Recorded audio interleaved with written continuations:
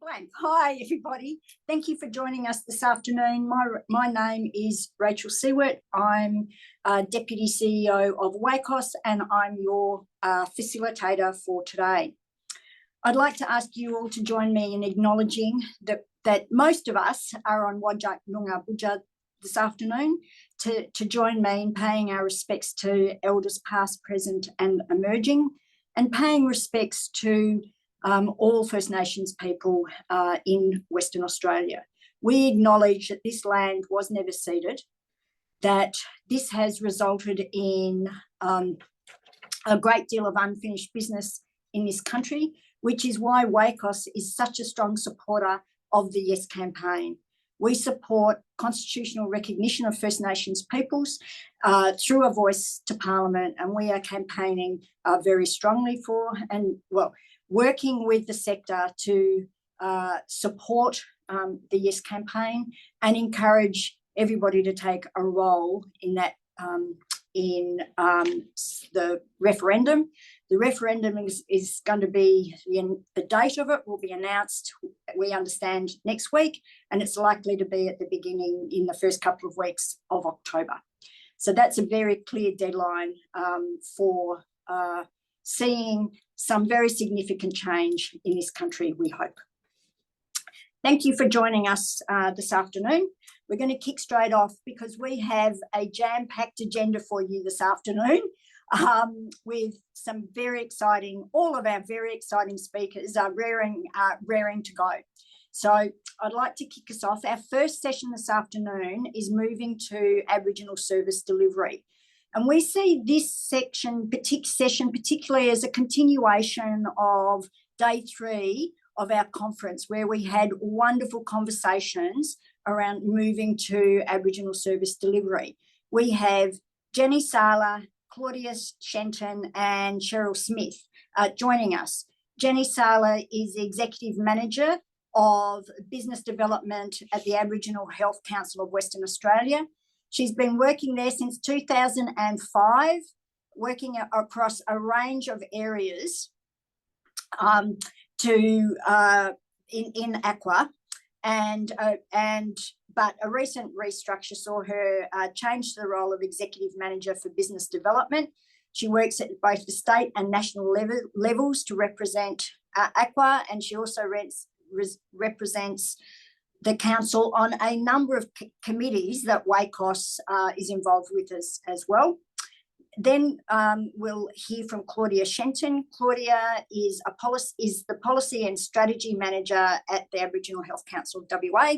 She's an experienced policy professional, having worked at Shelter WA and the Department of Communities prior to joining the council.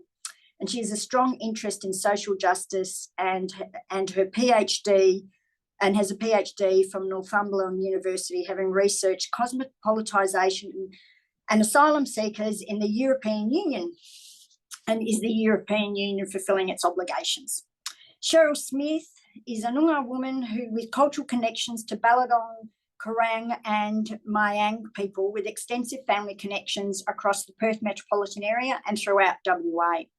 She's a graduate of the Australian New Zealand School of Government, gaining an Executive Master of Public Administration, and she also holds a Masters of Business Leadership.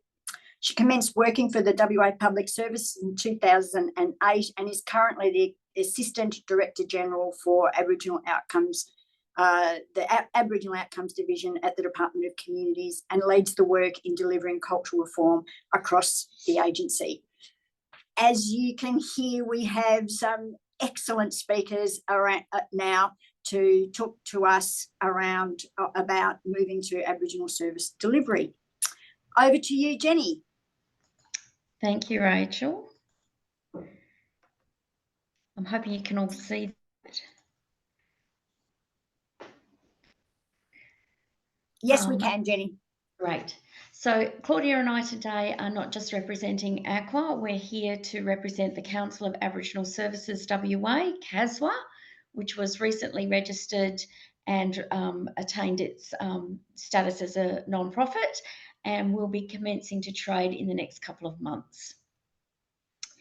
I'd like to start with, whoops, why is it not moving?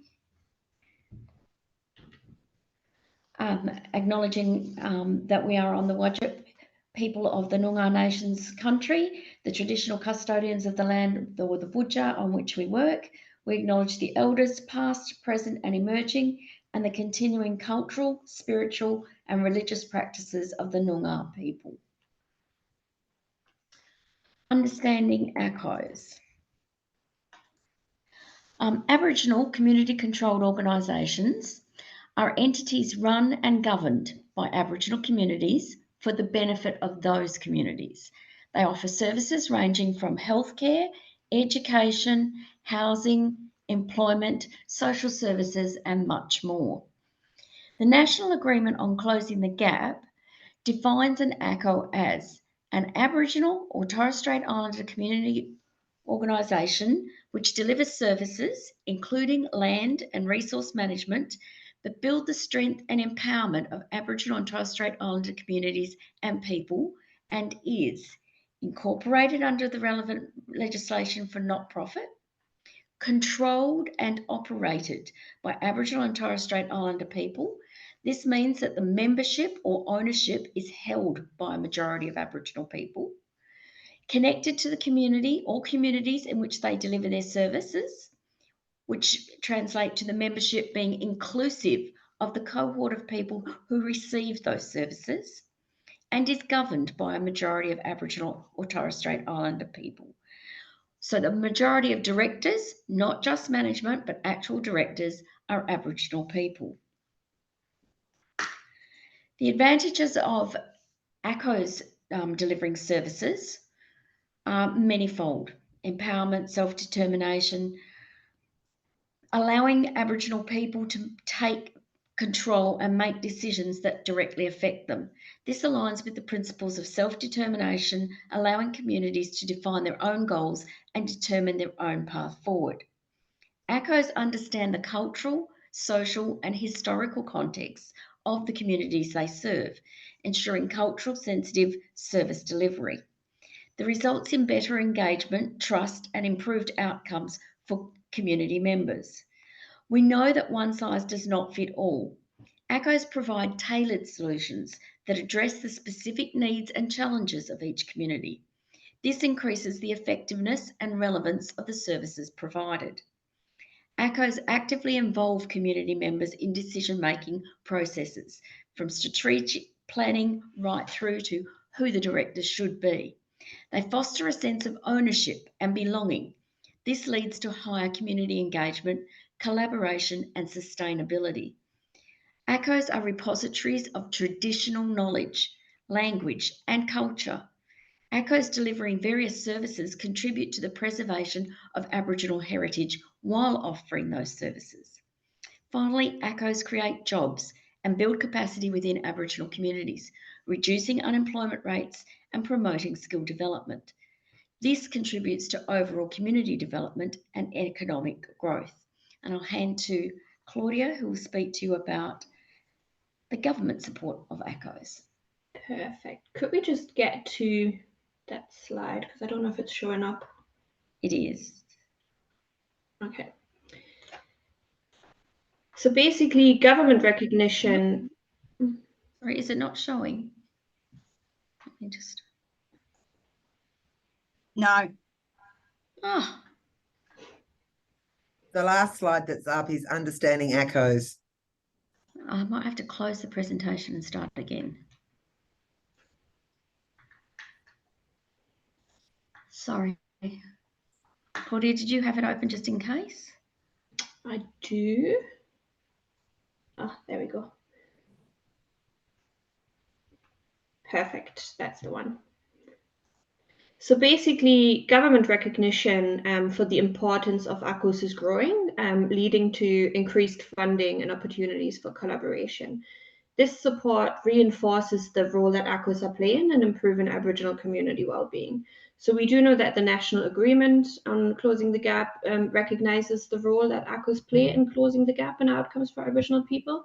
And in particularly, Priority Reform 2 of the National Agreement requires that all Australian governments must support and build the capacity of the ACOSS sector through sustained and secured funding, through the development of a dedicated and identified Aboriginal workforce, and through the establishment of peak bodies to support and advocate on behalf of those ACOs. In addition to that, the WA Aboriginal Empowerment Strategy outlines how the WA government will work towards a future in which all Aboriginal people, families and communities are empowered to live good lives and choose their own futures from a secure foundation. And one of the priorities of the strategy is the support of Aboriginal-led solutions through, firstly, significantly increasing the proportion of service delivery by Aboriginal community-controlled organisations in relevant sectors, and secondly, supporting Aboriginal organisations and the Aboriginal services sector to build capacity. And this is a role that could be undertaken by strong ACO peak bodies. We also know that in addition to that, the Department of Communities has released their own ACO strategy, and the Department of the Premier and Cabinet are currently just finalising their whole of government ACO strategy. Next slide. Perfect, thank you. So the shift towards ACOs for service delivery and funding has a couple of implications for mainstream service providers. The transfer of funding and services to ACOs challenges mainstream providers to adapt to a changing landscape, really. It highlights the need to reassess their approach and engage in meaningful collaboration and engagement with ACOs. Mainstream service providers have an opportunity to collaborate with ACOs, leveraging their expertise and community relationships. Those collaborative efforts can then lead to more effective, culturally sensitive service delivery. In addition to this, the transfer of services to ACOs really requires a re-evaluation of practices that may have overlooked cultural nuances.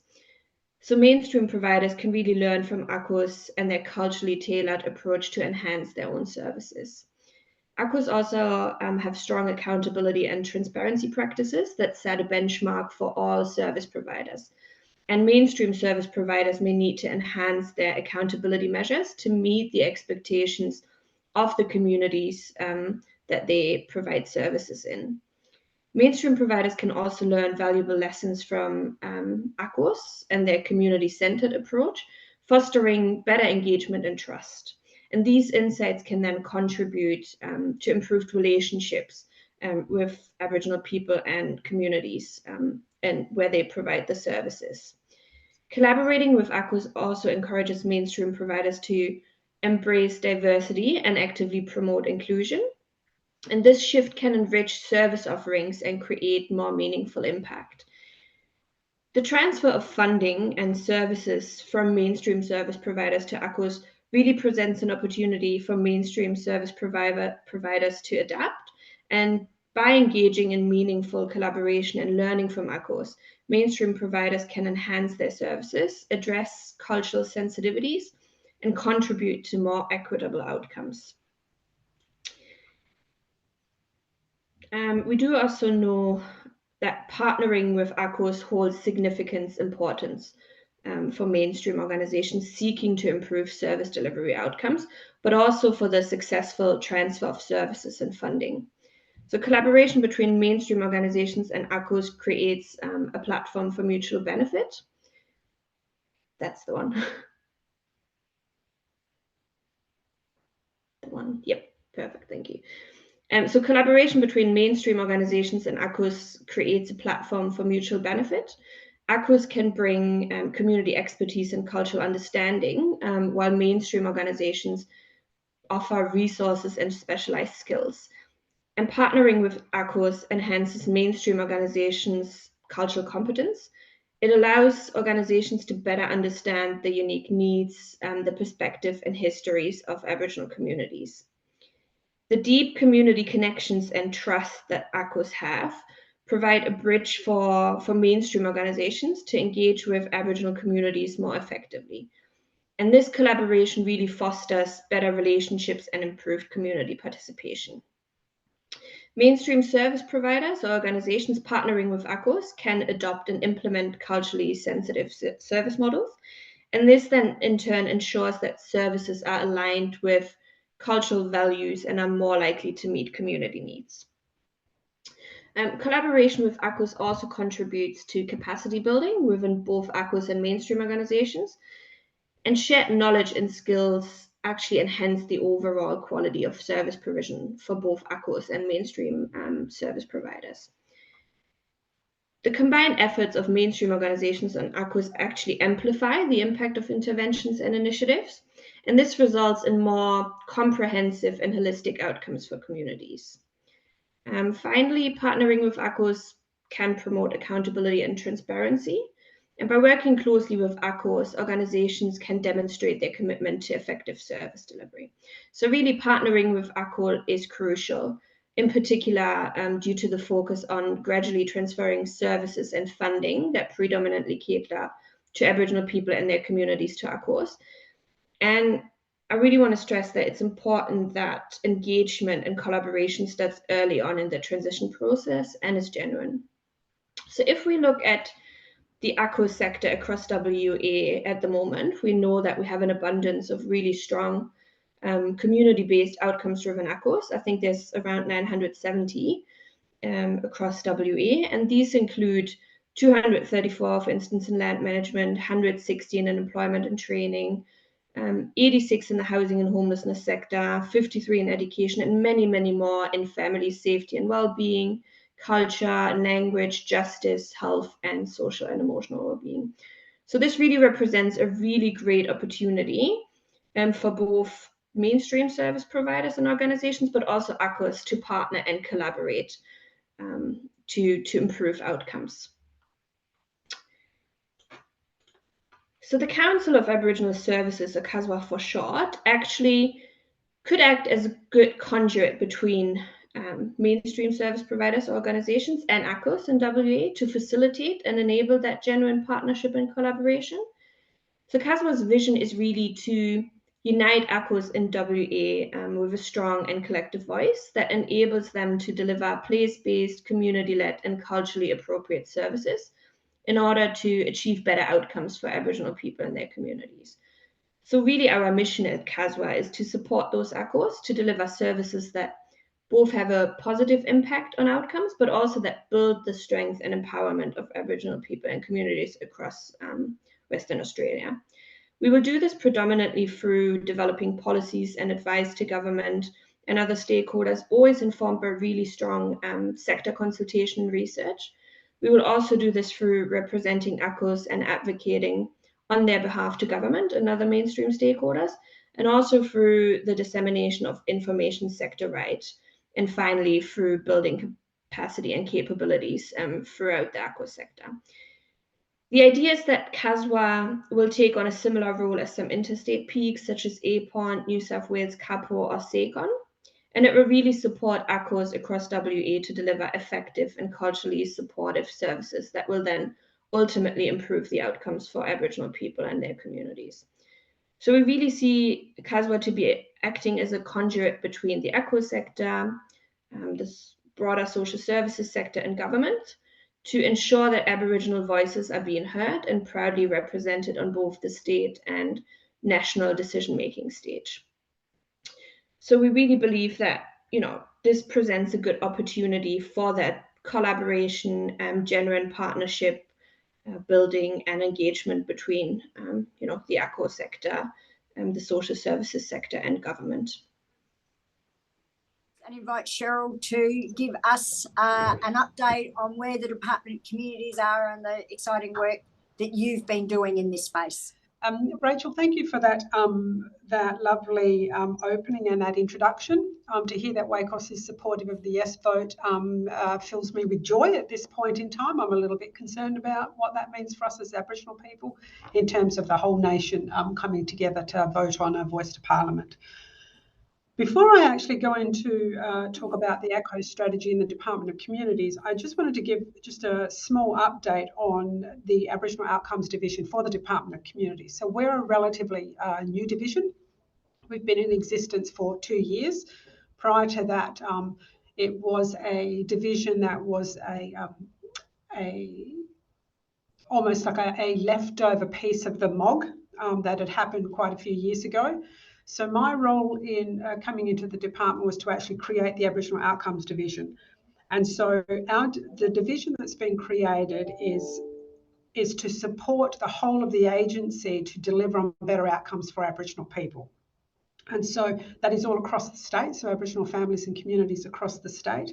So it is about how do we actually reform, and both Jenny and Klaudia spoke about the CTG, or Close the Gap, and the reform of that, and reform area 2 about building the community controlled sector, but also about transforming government organisations. So we have been leading a very significant piece of work across our agency. And when I talk about this agency, it's right across the state. And so we have statewide services. There are 6,000 people that are employed in this agency. And we touch a lot of points in Aboriginal communities and Aboriginal families, starting from disability services right through to housing and child protection. And so when I'm talking about how we better improve delivery of services and being able to support ACOs in that space, there are some things that I'm really quite clear about when we deliver on that. And one of those is the population base that's actually in Western Australia. And so I ask people quite often around, what is the population of Aboriginal people that live in Australia? Because I think the population is really important to understand.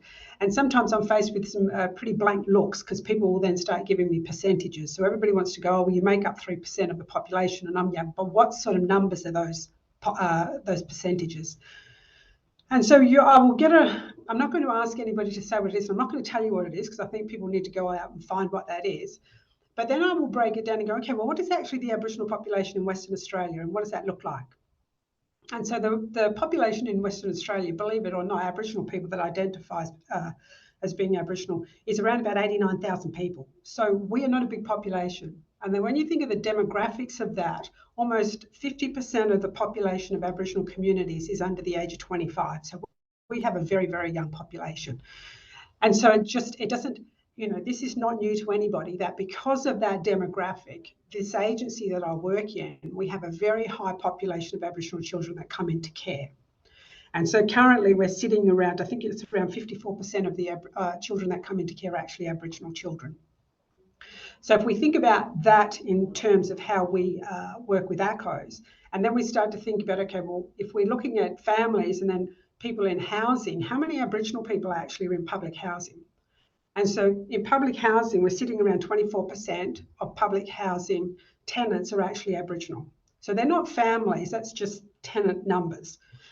So this agency has a lot of touch points for Aboriginal communities and Aboriginal families. And so it makes a lot of sense to think that a $3 billion agency, which is what the budget for this agency is, how do we actually start to transfer some of those services into ACOs? Because with the services then goes an opportunity for ACOs to financially be viable.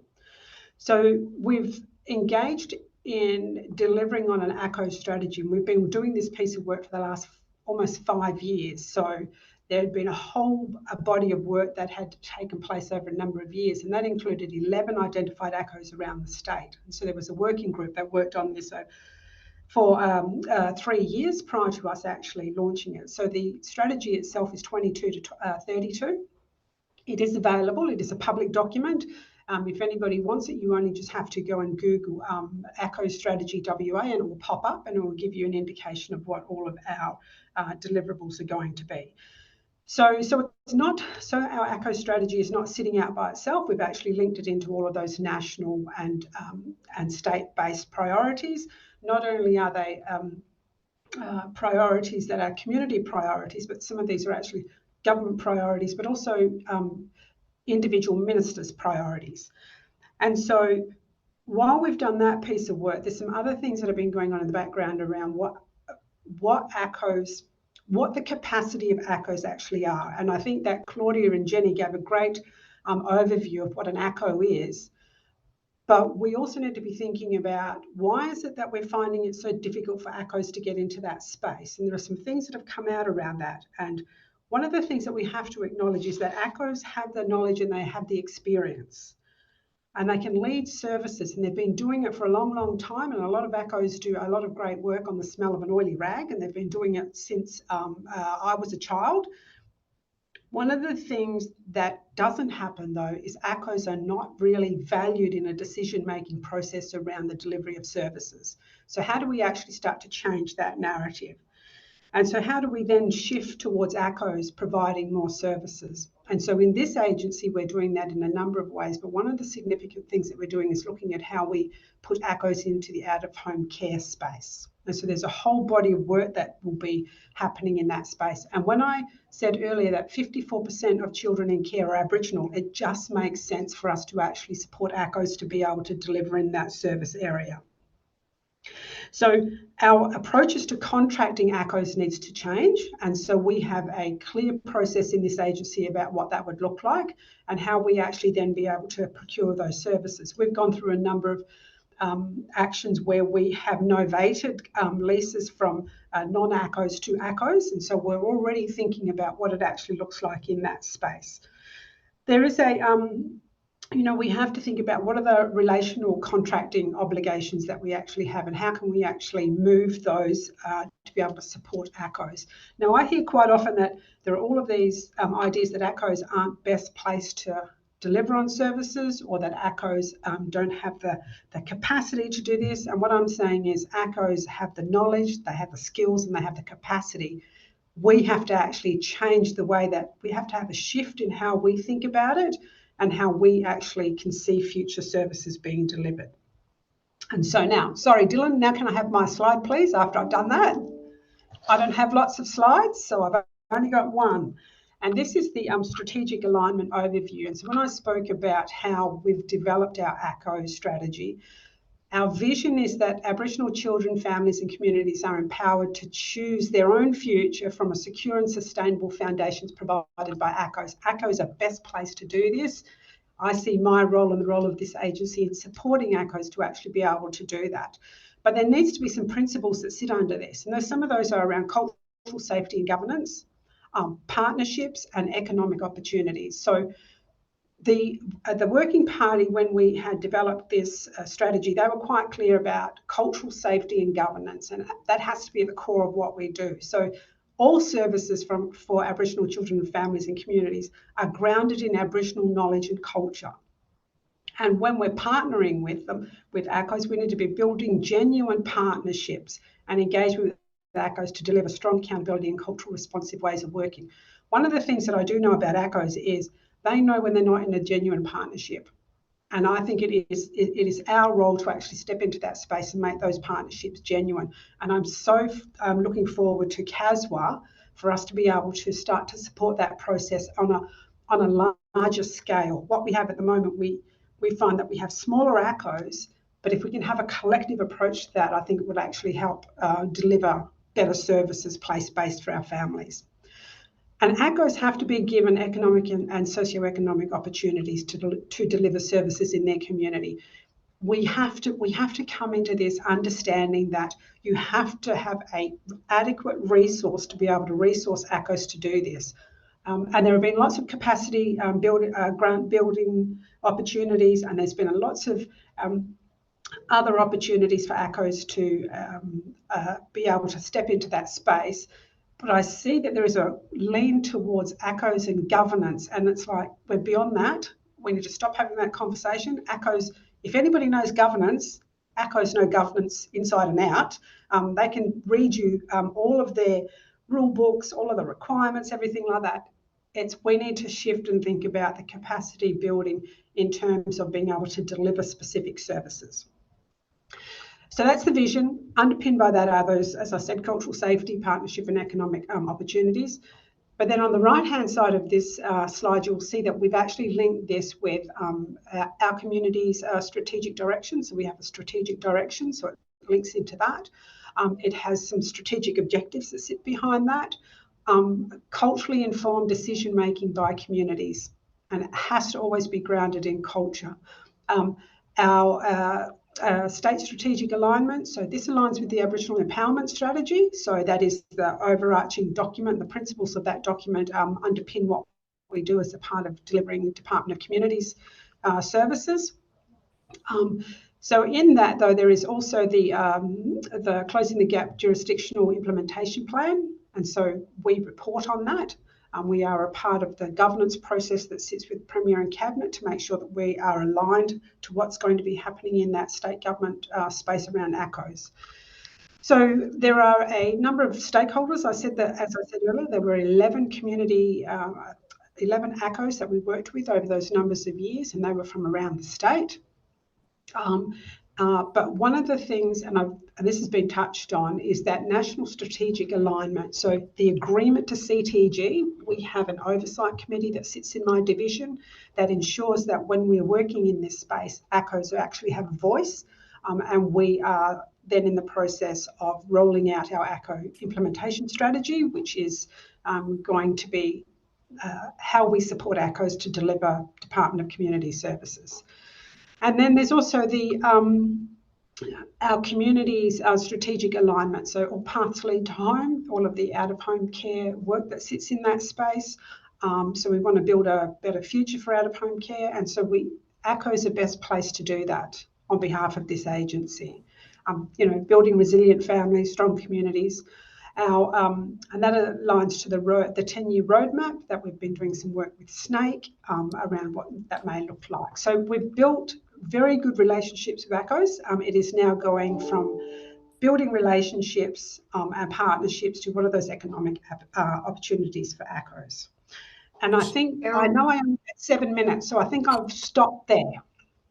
Thank you. I was about to say, if it's okay, I'd like to just enable a couple of questions. Does anybody, what I should have said at the beginning was if you have questions, put them in the chat, but now I'll say that. But given that we've got a short space of time, does anybody just want to flag through their hand up if they have a couple of questions for Jenny, Klaudia, or Cheryl?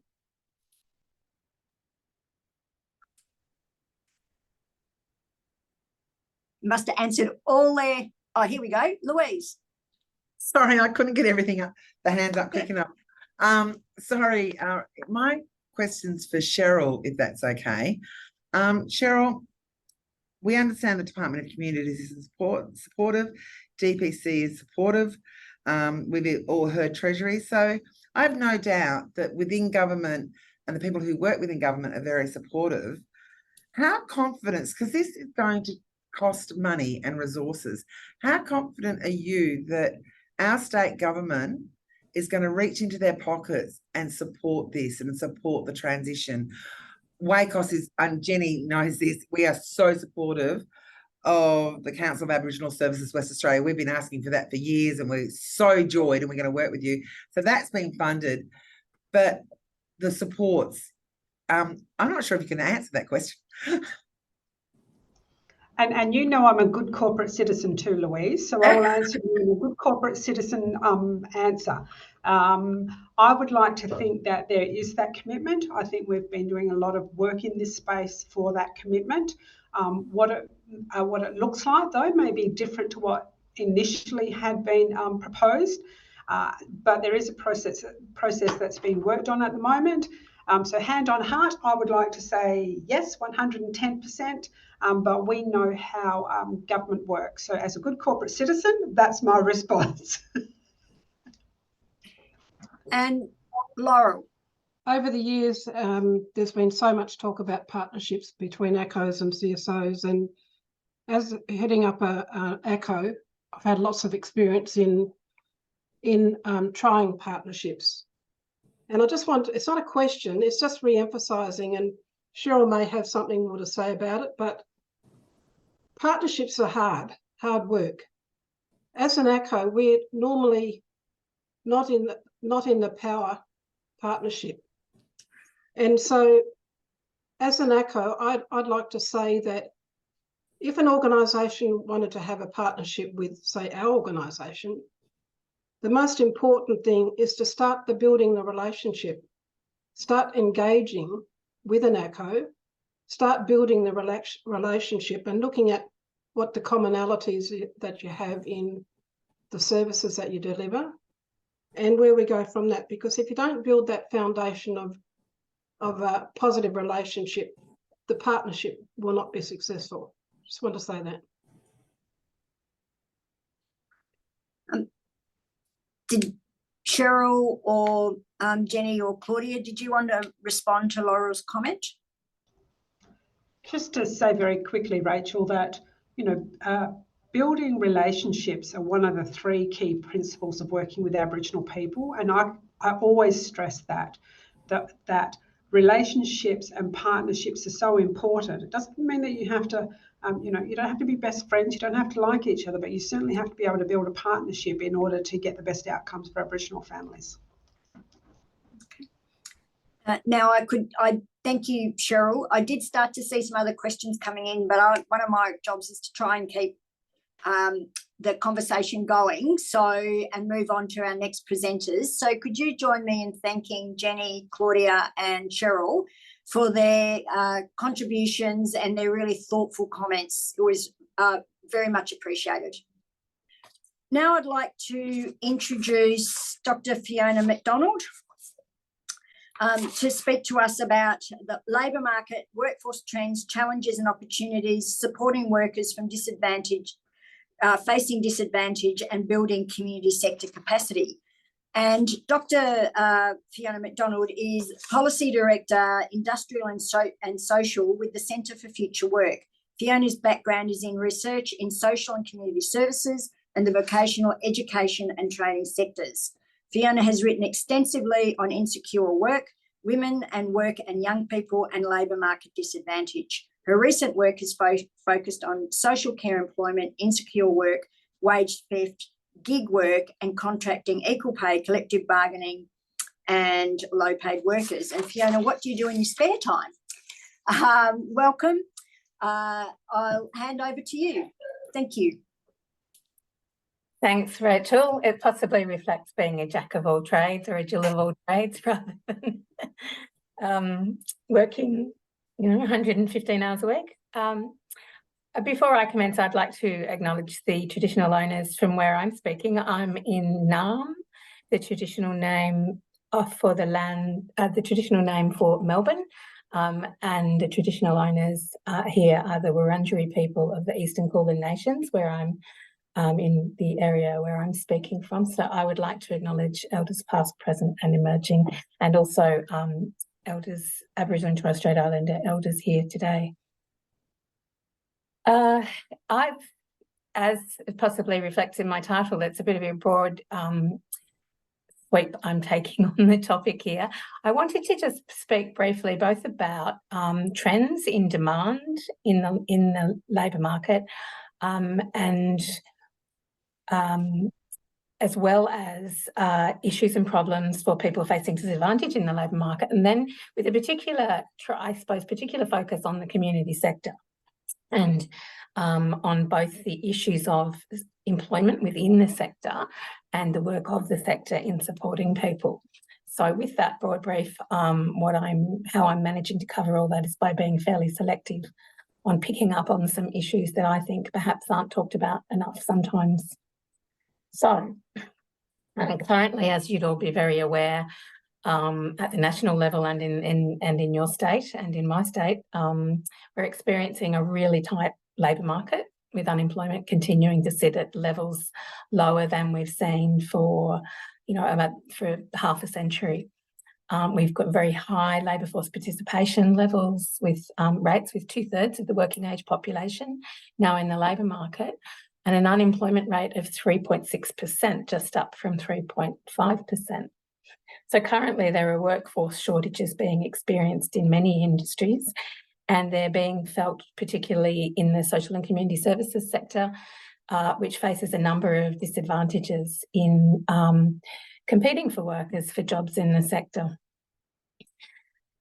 Longer term industry and labour market trends are exacerbating these current problems we're experiencing. So while our labour market may slacken, as they say, three important trends I think will continue or potentially will continue that will not relieve the problems in this particular sector or the problems for people facing disadvantage in employment.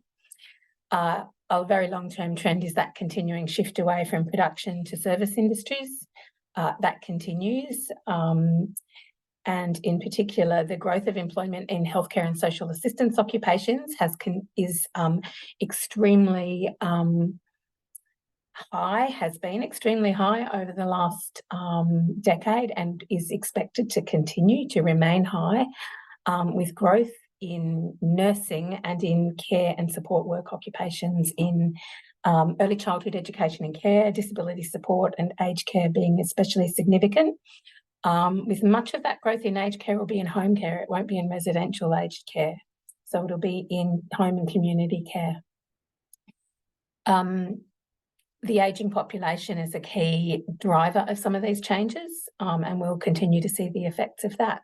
Funding arrangements and the introduction of the NDIS have also been drivers of these arrangements, and the particular models of funding arrangements, not just the increased scale of funding, are also driving some of these changes. Another change, so alongside that general shift from production to services, the growth in the healthcare and social assistance occupations in particular, a third change that I think is important in this industry has been wage stagnation. Over the last decade, we've seen just ongoing wage stagnation for about 10 years. That's been felt particularly in lower paid occupations and industries. So in healthcare and social assistance, where there are very high, there is a large number of low paid occupations.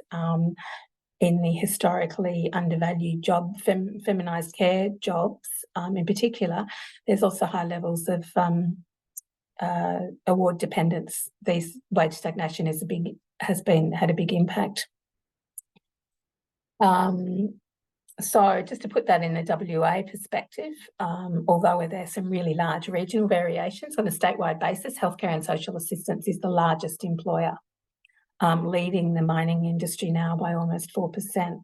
So recent data shows that healthcare and social assistance accounts for 13.3% of all employment in WA, up from 12% pre-COVID, while mining accounts for 9.6%, up from 8.4%. So those are the two big occupations, closely followed by retail, construction, and then professional services are 1 or 2 percentage points behind. But if we look at where the growth is predicted to be, it'll be in that healthcare and social assistance and in some occupations in the professional, scientific and technical services.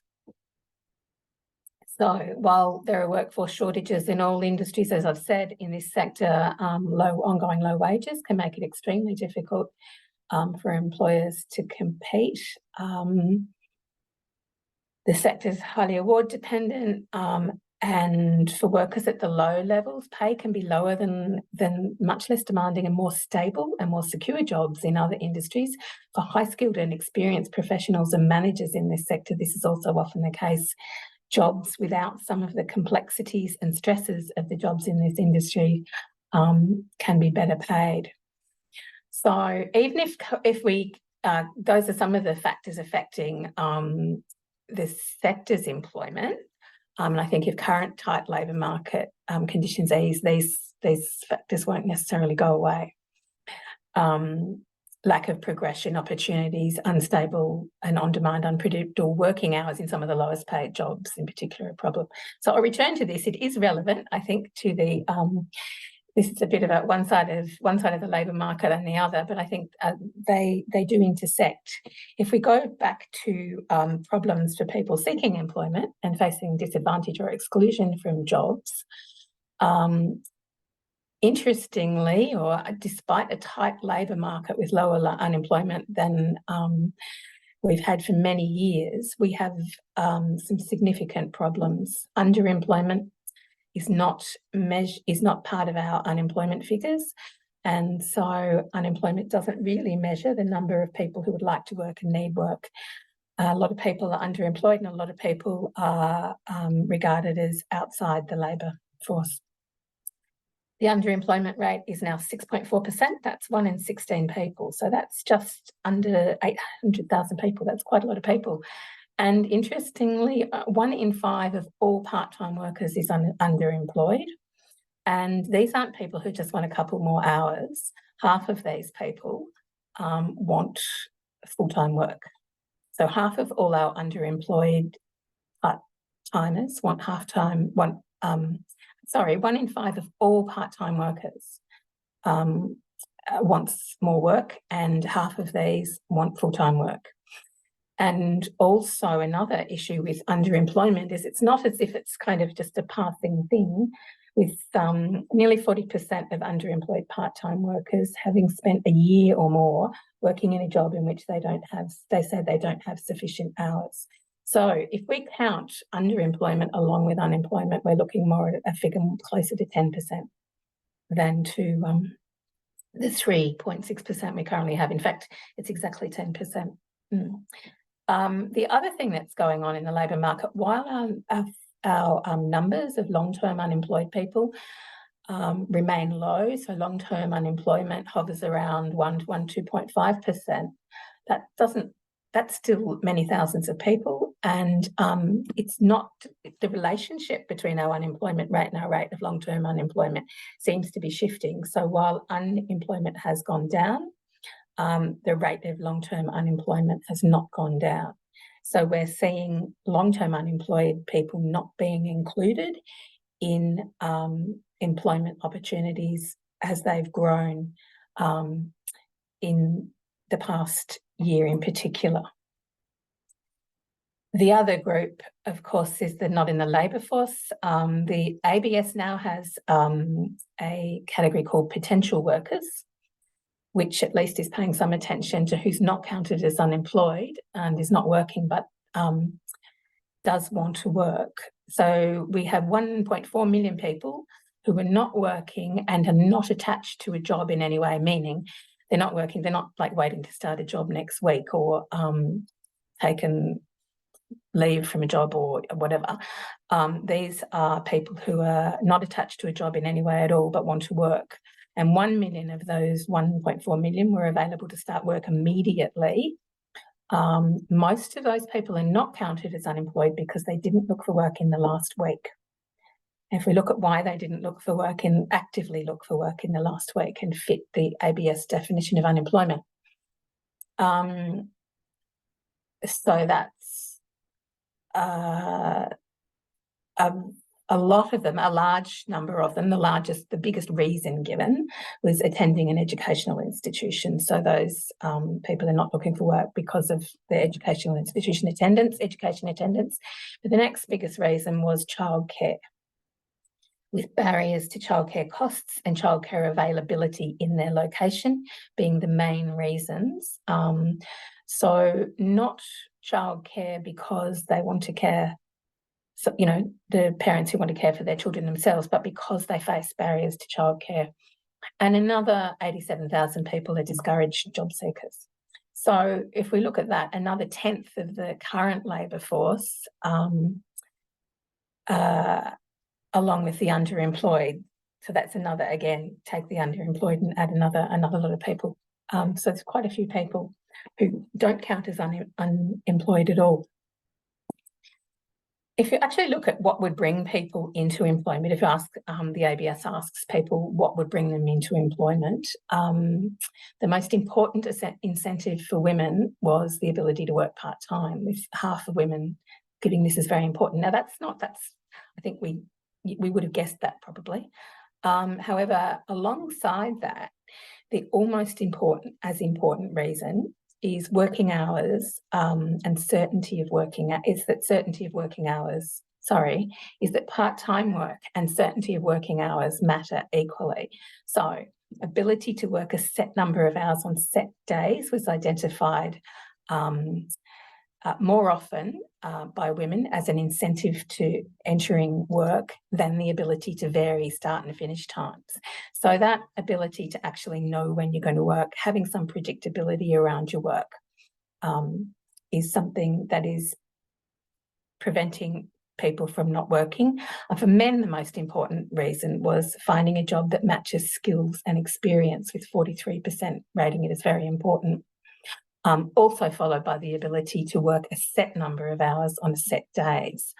Finding a job that matches skills and experience has been a long-standing main reason for men who are out of work, saying is the incentive to finding work. And that, again, reflects very much a shift in industry that is not necessarily matched by a shift in our training or a shift in our cultural ideas of who does what.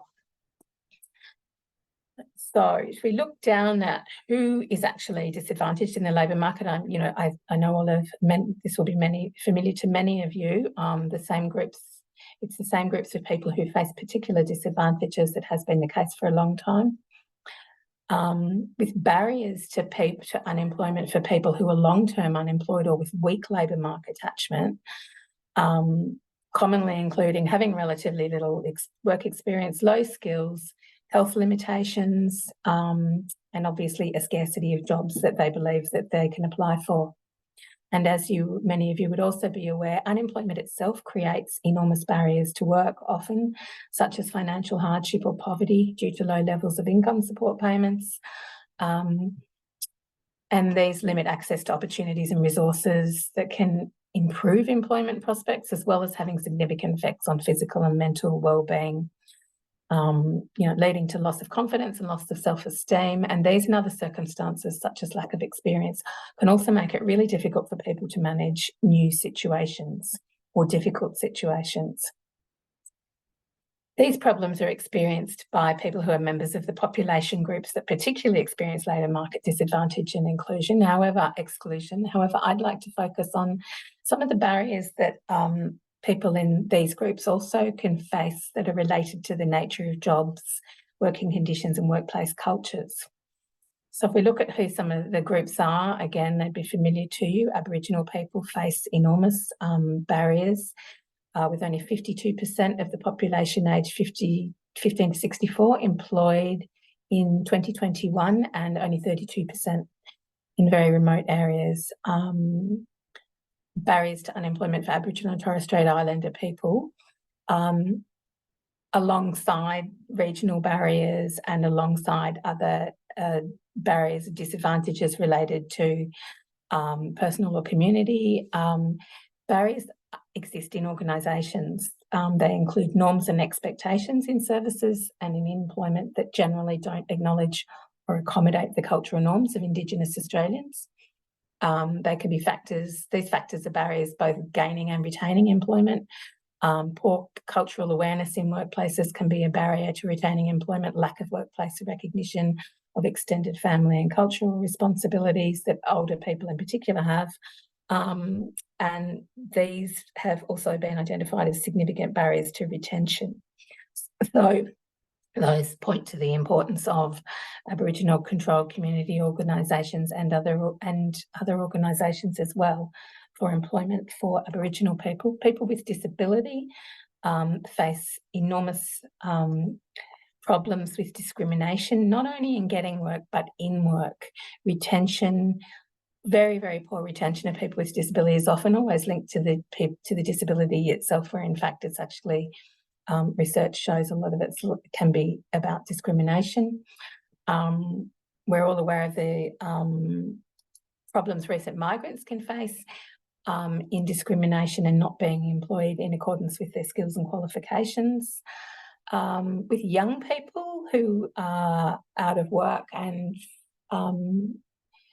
interestingly, we always see that, I think more commonly, that the problem lies with the young people. However, I think the problem can also, the evidence is pretty clear, the problem lies with the jobs also. Nearly 1/5 of young people who work full-time, that's 35 hours or more a week, are in casual jobs, and they are often in multiple jobs, even though this is not their preference. So that's research has shown that lack of job security and lack of benefits such as paid leave impact really negatively on the psychological wellbeing of young people.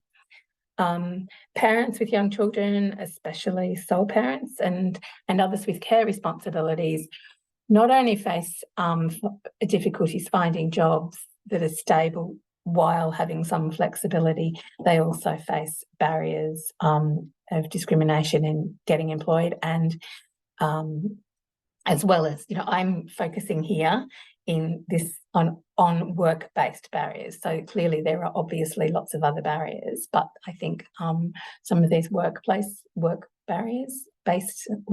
barriers are often neglected in thinking about the barriers that people who do face disadvantage in the labour market face. And they're particularly important when it comes to the way we actually support people.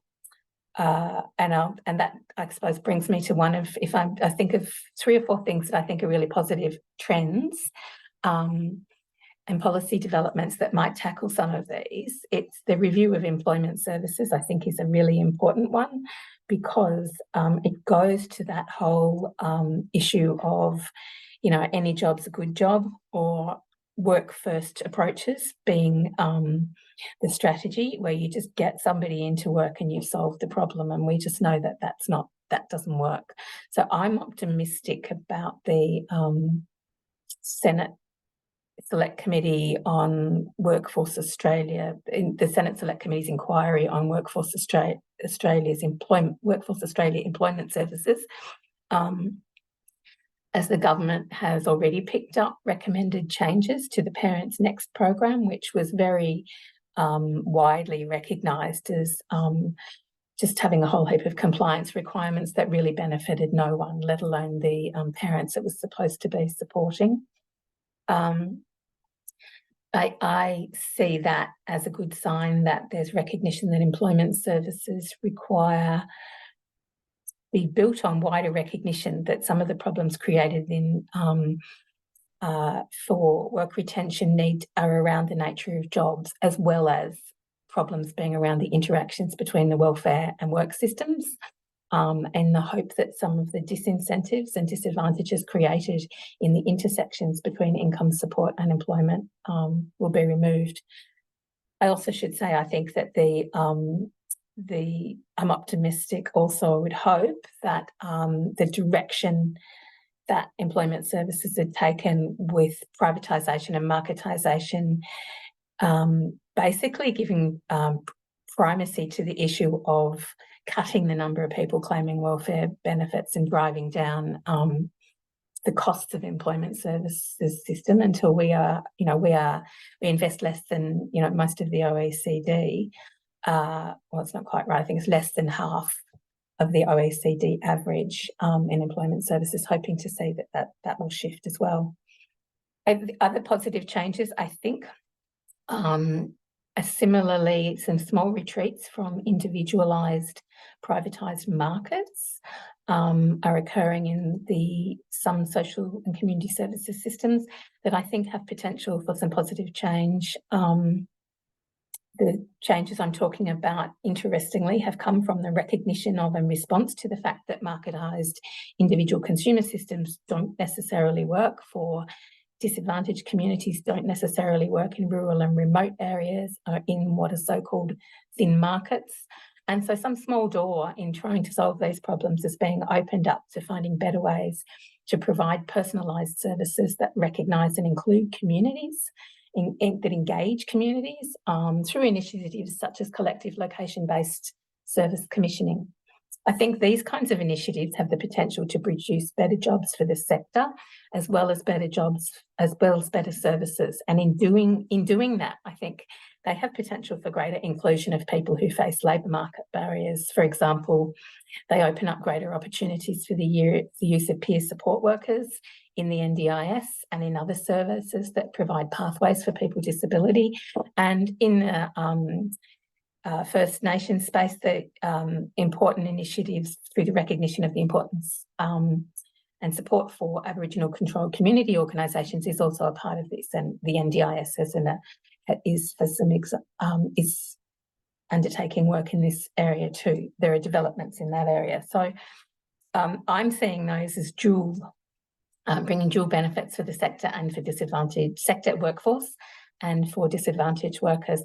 And the last change I'd like to mention are the industrial relations changes. I think, community sector and in particular care jobs must be better jobs if we're going to build sustainable workforces. And some changes that give me hope are the inclusion of gender equality in the Fair Work Act, which kind of sounds like an obscure thing, but it can be quite significant, along with some of the bargaining changes. So, in making gender equality an object of the Fair Work Act and establishing a particular panel for the care and community sector and a pay equity panel, they aren't insignificant changes. They mean that there will be a focus on the value of work in these sectors. The people who are thinking about work, and if you've seen the way that the Fair Work Commission has considered community sector and in particular care work, it's been quite disheartening in the past, but it means they're bringing people who understand the sector and its work to decision making. And with gender equality as an object of the Fair Work Act, I think there's recognition that these the sector and care jobs in particular have been neglected for quite a long time. The industries have been neglected, the sectors have been neglected and need work. So already through the aged care work value case, there's bringing a different kind of thinking to it, thinking about redeveloping award structures and along with what I would hope to see the sector being given better capacity to ensure that workers are trained, that may happen through other changes. And through this federal government, I think we could be reasonably optimistic that they will respond positively to some of the sector-led, so the early childhood education and care sector, where there's single interest in supported bargaining, new multi-employer bargaining options are being tested that require the government to come along and fund any pay increases. I think the government's kind of committed itself without formally committing itself to having to support these initiatives, and I think those could also be really positive changes for the sector workforce and for better employment opportunities for people facing disadvantage in the labour market. Thank you. Thank you, Fiona. Really appreciate it. We have a short time for questions, and I've had a couple in the chat. One is, and it relates to a point you made earlier around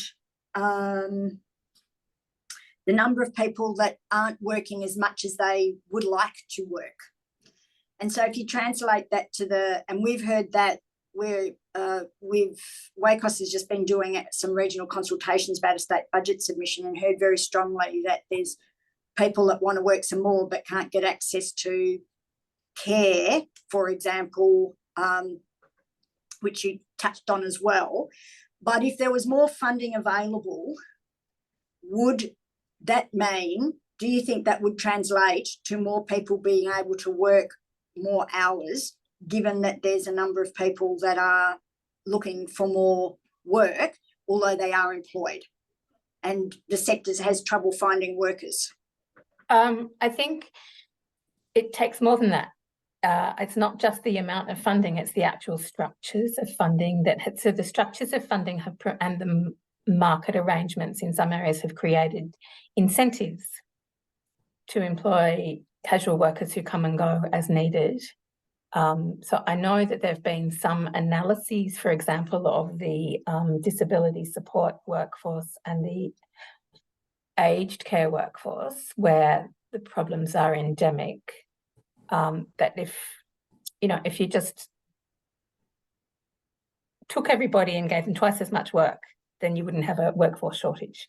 But if you've got people employed on unpredictable hours, unpredictable shifts, so if people are worked on low levels, short hours, part-time work, and they're trying to get work above that, but it's always unpredictable, it won't work. Now, employers in the sector have generally fashioned their employment arrangements around their funding.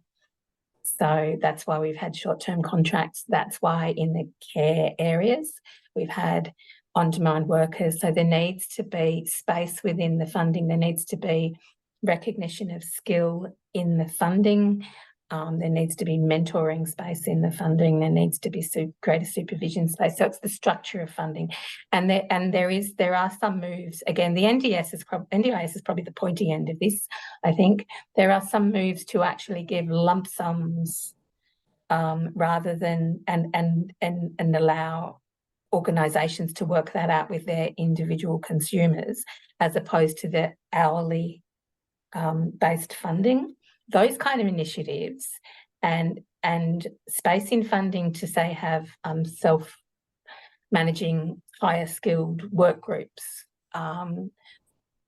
those kind of initiatives will lead to more jobs for underemployed people, not just more dollars. Okay, Won't thank necessarily do it. Sorry, it's a bit of a messy answer, but there's no one simple answer, is what you're saying.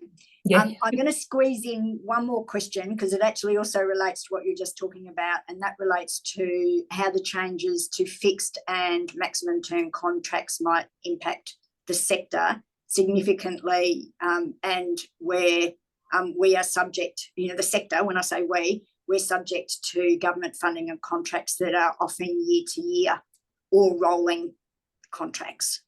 Yeah, I mean, that's a case of federal government policy leading in one area that other government procurement policies funding needs to match, because you can't if you've got short funding terms, you've got to have funding models that make those quite different. So I think, as somebody's just written in the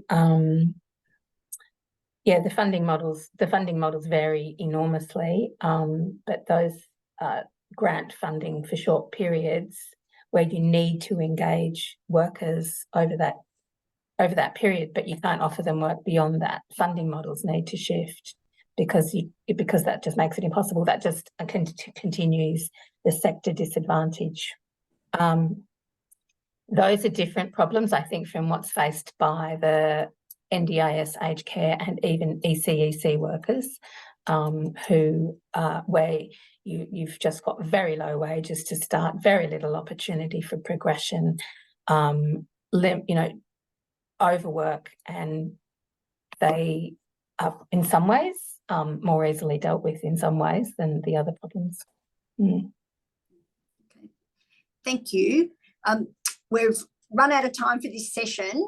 People have been engaging with chat, I have seen. Thank you very much for your time today. Can I please ask everybody again to show their hands to thank Fiona? We really appreciate it, and you've brought up lots of really significant questions for the sector. Thank you. And topics. Thank you. Can I now introduce Dr. Tessa Boyd-Kane to talk about collaboration, how does working together affect workforce wellbeing? And Tessa is the founding CEO of Health Justice Australia. Originally a criminologist, she has worked in health, criminal justice and human rights organisations in Australia internationally. She was previously Deputy CEO of WACOSS and was the inaugural Fulbright Professional Scholar in Not-for-Profit Leadership. Tessa's PhD looked at the detention and release of mentally disordered offenders. Welcome, Tessa. Thanks, Rachel. Pleased to be joining you from the unceded lands of the Gadigal people of the Eora Nation, and I do want to pay my respects to elders past and present. I'm going to talk to you this afternoon about what we're learning around burnout and collaboration through our work at Health Justice Australia. So Health Justice Australia is a national charity and a centre of excellence supporting collaboration, particularly between legal assistance and health and increasingly social services. And we're doing this work right around the country, really in response to the evidence about multiple and intersecting need in people's lives, and the way that service systems that often work in silos can be poorly equipped to responding to that complexity in people's lives. So you can see the sort of spread of this work across the country in terms of the way we've mapped it so far. So that's not to say these are the only collaborations across the country, but what we're looking at is particularly where legal assistance services are embedded within health and, as I say, sometimes social services. And so in WA, examples of that include the work of Northern Suburbs Community Legal, supporting women and children in relation to family violence in a range of health settings. And last year we partnered with Community Legal WA, the Peak, who I think are joining us also, and working with a range of health, legal and social services to really identify where these kinds of intersecting problems in people's lives might be well suited by collaborative service approaches. So in our work, we support practitioners to build the skills and capability to work in partnership, and we see that particularly in the context of partnerships that bridge what are otherwise portfolio silos. We develop evidence about complex problems in people's lives and collaborative responses to those problems, and we bring all of that insight into our policy advocacy to reshape the service systems that respond to community need. So we think about the practitioners that we're supporting, and they're practitioners like many of you and like the services and organisations that you work with. We think about these as the wellbeing workforce. And so to that end, we see preventing burnout and improving workforce wellbeing as really key, really core drivers of the work. Prevention of burnout and improving workforce wellbeing is obviously an outcome in itself, but it's also critical to service effectiveness, particularly in the context of thinking about how practitioners are able to meet the needs of people who are struggling around those intersecting needs if those practitioners are themselves in need of support.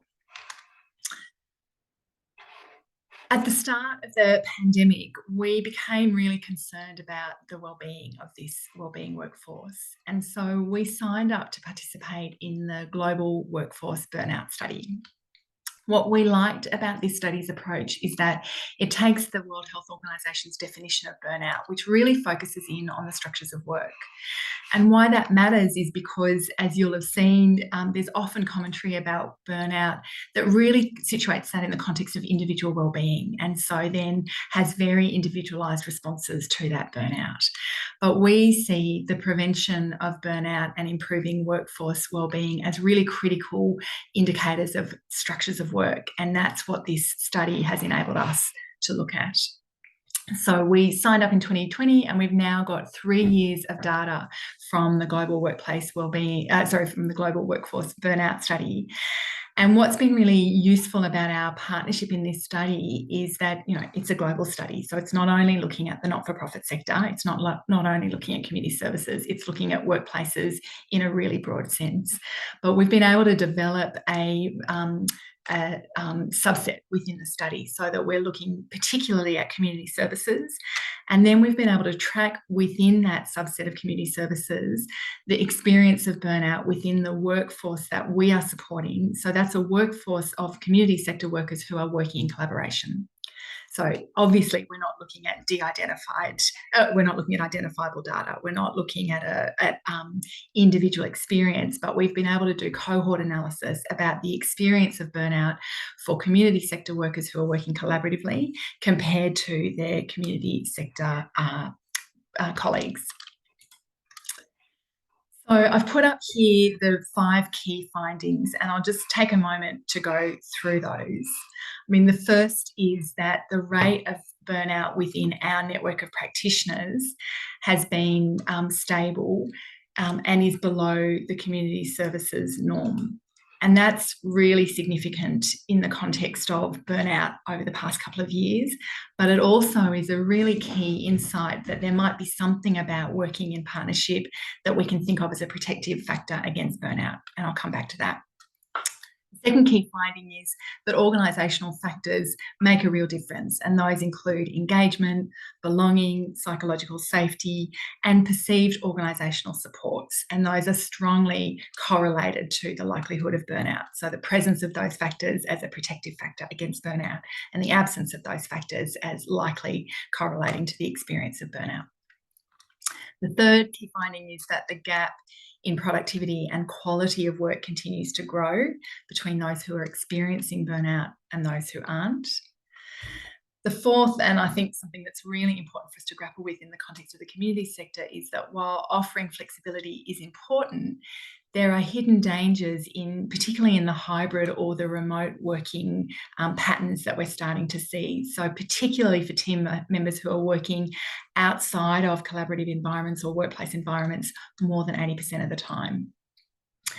And finally, something that probably speaks pretty significantly to our sector, there's real clarity that that increased compensation is a universal reason for leaving an organisation. And what's significant about this is that that's been a shift, particularly in the context of a sector where often salary has not been a driving force for people working in this sector in the first place. But the conditions, both in the context of pandemic and then obviously in the context of financial conditions, are starting to see this kind of question about salary as a really critical question around retention of workforce. So we're thinking about organisational factors very much in the context of the work that we're doing to support services and their effectiveness in the communities that they're helping. So we think about structures of work first and foremost in the context of complexity. So as I mentioned, the partnerships that we're supporting, health justice partnerships, are really responding to multiple and intersecting problems in people's lives. So that already is one definition of complexity. We know that practitioners in these partnerships are responding to complex problems in people's lives every day.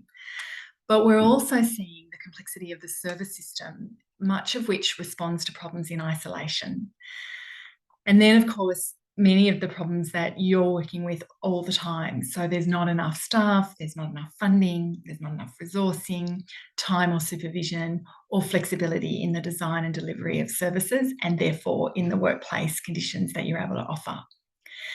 And in fact, many of those were structures of work that predated the past few years. And then COVID has changed the nature of work. So we've seen in our own network that we're working with services where particularly health practitioners haven't been able to access leave for 12 months because of staff shortages. And recently I was visiting a service where they were dealing with 75% vacancies in their workforce. So these are structures of work that are really significant in terms of the experience of individual workers in their everyday work, and that have been exacerbated really significantly by COVID. We've also seen, particularly across our network, that there are simply more roles than there are people to fill them, and that there are numbers of roles across the health justice landscape, so health and legal services working collaboratively, a number of roles that have been vacant up to 12 months. So these are all really clear structures of work that we're seeing as playing a role in the extent to which burnout is present, or we can protect our workforce against it. So I want to sort of round out then the sort of data and the insights with what we're thinking about in terms of the work ahead and the ways that we can really build the structures of work that can support workforce wellbeing, obviously in an outcome itself, but also in terms of supporting better outcomes for the communities that we serve. So the first one is to say that on the one hand, we have indicators that suggest collaborative approaches may themselves be protective factors against burnout. So this is particularly in the context of practitioners who are responding to these complex problems in people's lives, these multiple and intersecting problems, where often a single skill set, even in the kind of highly professionalised workforce that we're sometimes seeing, often that's not enough. So it might be that working in collaboration brings practitioners into context of a broader suite of tools or access to a broader range of colleagues with which they can respond to complex problems in people's lives. And I'm thinking here about a hospital social worker that we were speaking to recently who has been working particularly with families involved in child protection agencies. And the social worker said, everything happens behind closed doors and I can't speak to my health colleagues sometimes. So working with a lawyer gives me a sense of relief. And the relief was that the range of problems in the lives of patients in that health context, the range of problems that were bigger than healthcare could solve, were being picked up by this partnership with a legal assistance service. So that's a really clear example of where collaboration for a practitioner might actually provide some of the tools and some of the resources that are needed to address complexity and therefore address the really challenging reality of that worker's working environment. But we don't want to overstate that. So we've also seen that practitioners in these partnerships sometimes describe feeling isolated in their partnerships, where they don't necessarily feel isolated in other parts of their role. And this is often because we're asking practitioners to work outside of their comfort zone. So again, for community legal sector colleagues, they're not accustomed to working in a health environment.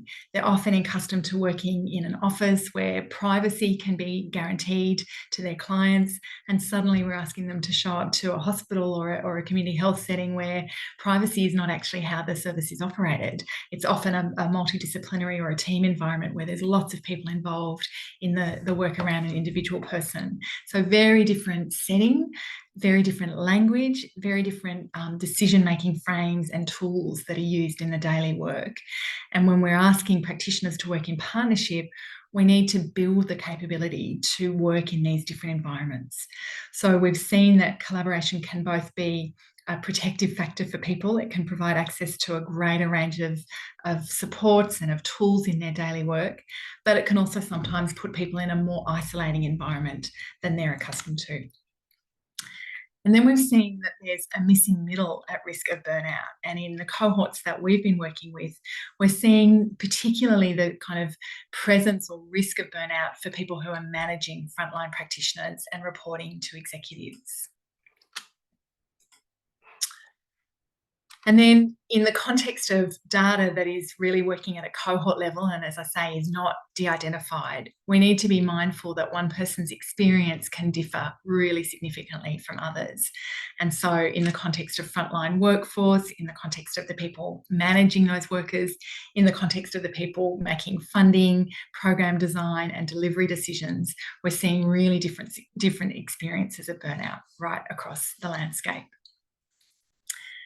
So I'm going to wrap up really with a couple of key points about where to from here. And so we've used the past few years of building this data set around burnout and really testing that with practitioners and with leaders in our services to identify some key directions that are really about the system design and the policy advocacy that we do with decision makers around that system design. So the first is that decision makers need to recognise the costs, sometimes unintended, when aspiration isn't supported by the adequate resourcing that it's needed. So, for example, setting expectations on services around innovation, around collaboration, but not investing in or building the capability of practitioners to partner, not enabling the measurement of outcomes to look at indicators around collaboration. And an example of that for us in the health justice partnership space is that we often see funders really encouraging collaboration, but then measuring outcomes or evaluating from a single funder perspective. So you might have a justice funder supporting a health justice partnership, but then only measuring its outcomes in the context of justice, when that really leaves the health or the social service partners out in the cold in terms of understanding the impact of this way of working. The second area that we've seen as really critical is that we think about and work towards the structures within which services are delivered, because these impact directly on the wellbeing workforce, and that means that they are really shaping the effectiveness or otherwise of the services within the communities that they're supporting. So that question about the structures within which services are delivered needs to be recognised as a core factor in the design and the delivery of services, not just at an individual service setting, but within the sort of policy, the funding, the government or the non-government environment in which programs are being designed and delivered. And then finally, we're really building a conversation with government and with other funders about the impact of their decisions in terms of organisational capacity and impact, so that those decisions are understood as setting the context within which practitioner capability, practitioner wellbeing, and indeed burnout can play out. And that conversely, decisions that ignore those realities are likely to erode the capability, to erode the impact of the services that are themselves being funded. So we've set 3 objectives in the work ahead, and I'll really finish with an invitation to hear whether they resonate with you all and to hear what might be some of the ways that you're working on these. So the 3 objectives for us now are identifying the organisational systems and the cultures that can protect the wellbeing workforce against burnout, working with service practitioners and leaders and indeed other system actors to tackle the structures of work that continue to drive or exacerbate burnout, and advancing protective factors like collaboration in ways that can mitigate or even prevent burnout across the wellbeing workforce. Thanks, Rachel. I'll leave it there. Thank you hugely, Tessa. Do people have questions for Tessa? Claire. Hey, thanks, Tessa. It's Claire Mullen from Health Consumers Council here. Hello. I don't know, maybe it's the $10 million question. Is there any insights you can share about making the case for funding the cost of collaboration? Because I think there are some good practitioners, some good funders, but I think we all suffer from the fact it's like, well, we funded to do this. To do this well, you need to work with them, but we don't factor any of that. And how you fund the, that softer stuff, which is you need to have a relationship so that you can collaborate. So yeah, just a small thing. Yeah. Thanks. So that's the systems change piece, isn't it, Claire? Thanks. Great question. Look, we're working on that in a couple of ways. I mean, the first thing that we've done is set a set of, I think of them as meta outcomes. So we've set outcomes that we would expect any services that are collaborating in this way to we would want any collaborative service model to see itself in this set of outcomes. And so that recognises, obviously, first and foremost, outcomes for clients, for patients, for community members. That's the first and foremost. But that secondly, we're looking at outcomes for workforce. So we're thinking about capability of workforce. We're thinking about effectiveness of workforce as a really core outcome that we're measuring and tracking. And until we start to bring that data into the monitoring and evaluation work across the sector as a whole, we're really ill-equipped, as you say, in this conversation. And then the other 2 areas that we're tracking outcomes are for services themselves and for the system as a whole. And so we think that gives us a much more nuanced and a much more relevant picture about what is it that we're trying to do in this work. So I think that's the first thing. The second thing is that we've really, from some of the conversations we've been having in this space, we don't think that these ideas about partnership or collaboration are about single models of best practice. We think, what it looks like in Kununurra or in Fremantle or in Sydney or in Melbourne is going to be really different based on the services that are available, the needs of the community. But we are starting to identify some core ways of working, including the partnering capability, and to really bring that into the policy advocacy. So we've developed resources about that. Happy to throw those into the chat, but also to really try and equip and skill up the services who are often doing the advocacy to funders to really be able to articulate those as core to the work, not as, some of the terrible words that we recognise, overheads or, nice to haves. They're really core to the effectiveness of the work. So I think those 2 pieces, understanding how you measure outcomes that demonstrate this and making sure that the policy advocacy around the design and the funding of services captures this really explicitly. Anybody else with a question before I jump in? Tessa, can I ask, where are you seeing examples in excellence around addressing burnout and putting in place structures that you've been advocating? Yeah, thanks, Rachel. I think there's some really interesting work happening in the not-for-profit sector broadly. So I think the whole shift over the past sort of probably 5+ years to invest in the capability of leadership is a really significant step. The permission for us in the not-for-profit sector to recognise that our effectiveness depends on our people, and that, like in many other sectors where the human resource is the key resource, we need to invest in that capability. We need to build up that leadership. We need to provide time and resourcing for supervision and support. I think that's been a really significant shift. I guess, I frame that in the context of trade-offs, because for me it comes down to this question about value versus volume, and we need to be really strong. We need to be really committed in backing that in and really arguing for that, because it's critical to effectiveness.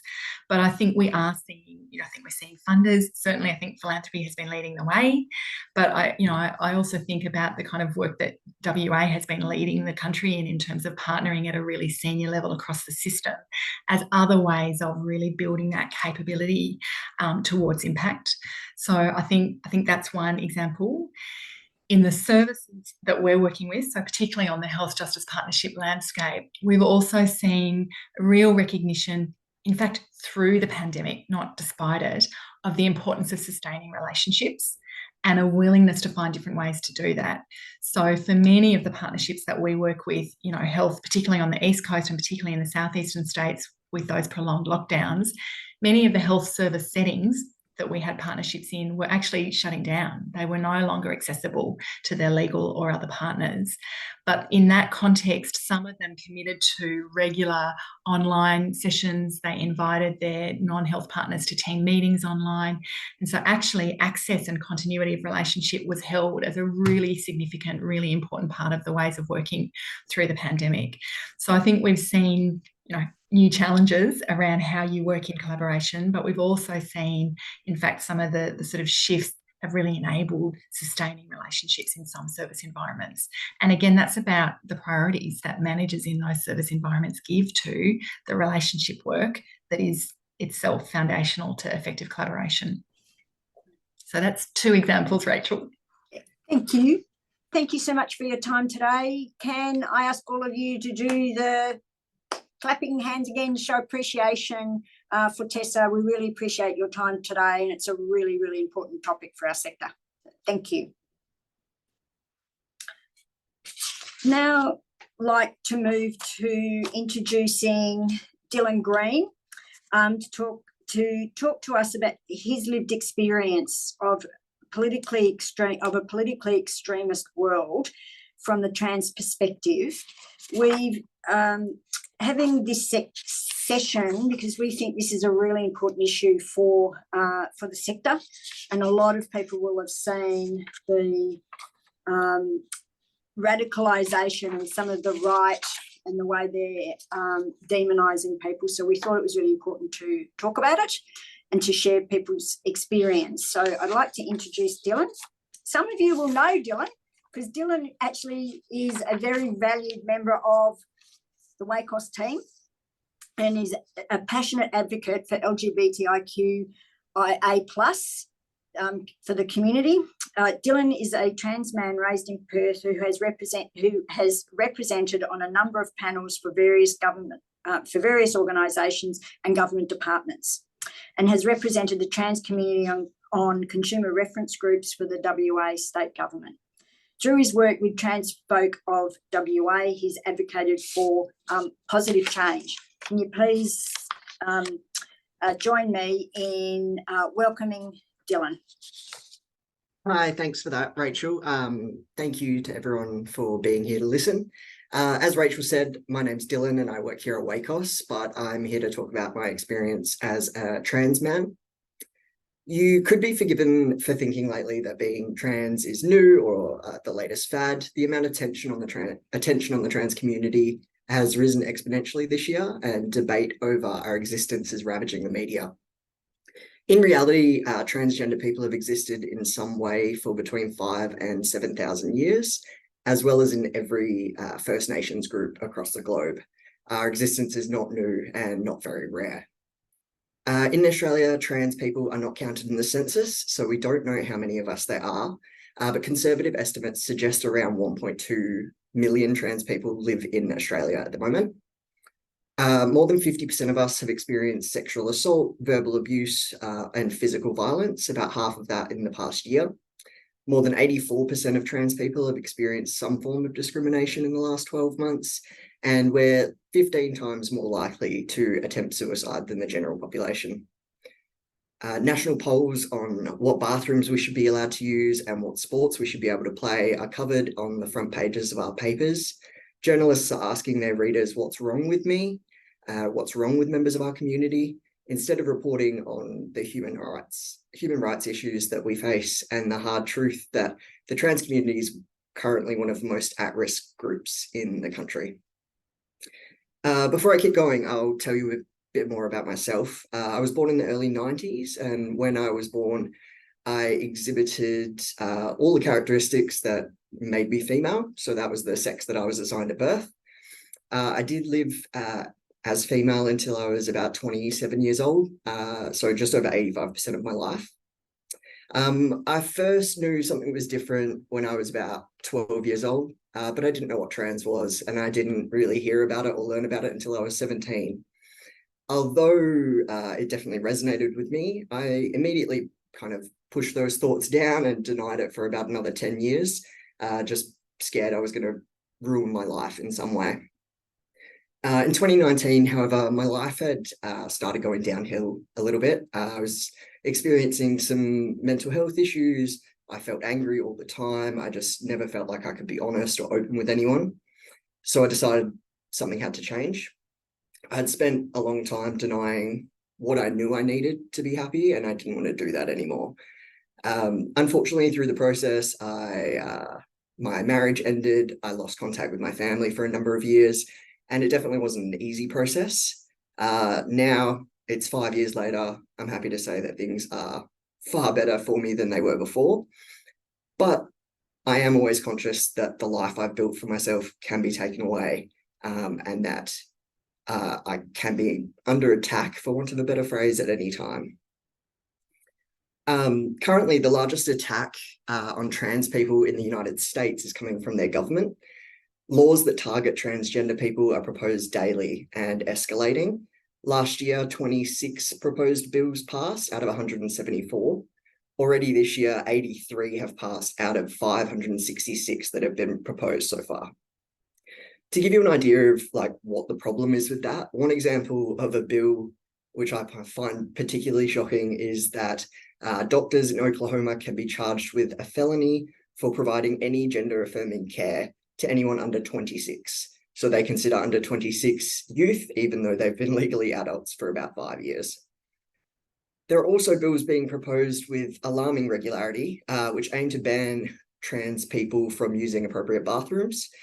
I'm sure everyone will have seen things about this in the media, but now bills are going further and including the caveat that bathrooms should be segregated by assigned sex at birth. So meaning even if you legally change your gender, you could still be prosecuted for using the bathroom that aligns with your identity. Currently in Australia, trans people have the right to use whatever bathroom they feel comfortable in, but that doesn't stop the real world. Personally, I have actually been given a lifetime ban from a pub for using what they deemed the incorrect bathroom, which ironically was a female bathroom about 9 years before I transitioned. Unfortunately, that's just kind of one funny example. There's many, many other stories I could tell that are not quite as funny, but these things are still happening and escalating in the US. These kinds of bills are sending clear message that trans people are not worthy of equal treatment and contributes directly to driving the anti-trans epidemic that we're currently seeing. Australia is not immune. Our politicians have unfortunately started following US trends. Senator Pauline Hanson attempted to introduce a motion in March to seek an inquiry into the, quote, skyrocketing numbers of children being treated for gender dysphoria. Fortunately, that motion wasn't passed, but another example is social media influencer Posey Parker has spoken at events across Australia, and her platform is that acceptance of trans women in female spaces endangers cis women, or what she calls real women. She was actively supported in her campaign around the country by a Liberal Party MP who attended an anti-trans demonstration on the steps of Victoria's Parliament House. This demonstration culminated in this display, a bunch of black-clad men doing the Nazi salute and holding a sign saying, "Destroy pedo freaks." Unfortunately, in Victoria, it is not illegal to incite violence against any particular community, so there was nothing that could be done. But although obviously it's all harmful, the real issue is there's a lack of protection for trans people. We face this kind of discrimination regularly, and many trans people would tell you that it's just part of their life. But more importantly, we face a systemic inequality that allows this kind of behaviour. Currently, trans people in Australia are not protected by the Equal Opportunity Act like most other people in the country. Instead, we're protected by the Sex Discrimination Act, which leaves huge gaps, and those gaps fall to state legislation to fill. In WA, trans persons only protected against certain types of discrimination at a state level if they've obtained a gender recognition certificate. Unfortunately, that is not easy to do. You require heaps of evidence, documents, letters from medical and psychological healthcare providers, which are not only difficult to access, but extremely expensive. You also need a range of ID, evidence of your residency, things like that, which for some members of our community can be a barrier. The way it stands now, personally, I am unable to change my gender in WA because my parents were married after I was born. So as a result, my birth certificate, which was from the UK, and my Australian citizenship certificate have different surnames. So basically it means that I can't change my gender and therefore am kind of forced to out myself over and over again. For example, I recently went to have a blood test done. Nothing to do with me being trans, just a normal run-of-the-mill checkup. On your blood test form, it has gender. The phlebotomist kind of took one look at me and refused to take my blood until it was corrected to reflect what she saw. Obviously, that kind of felt nice at first, to be perfectly honest, but then I had to out myself and explain the situation. It still wasn't good enough for her, so I had to actually go to a different clinic. I was lucky enough to find another clinic that helped in that situation, but it happened 3 weeks later. I was required to do a supervised drug urine test. Staff had this big conversation. They ended up having to call a manager because their policy states that all tests have to be supervised of someone of the same gender as the patient. But all the female staff were not allowed to enter male bathrooms. They gave me 2 options, basically use a female bathroom or not have a test done at all.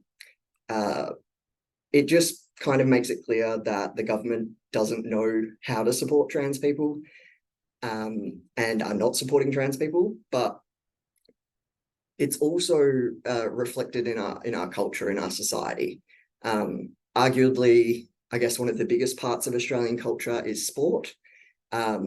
This year's seen a pretty significant rise in the cultural commentary around trans people in sport.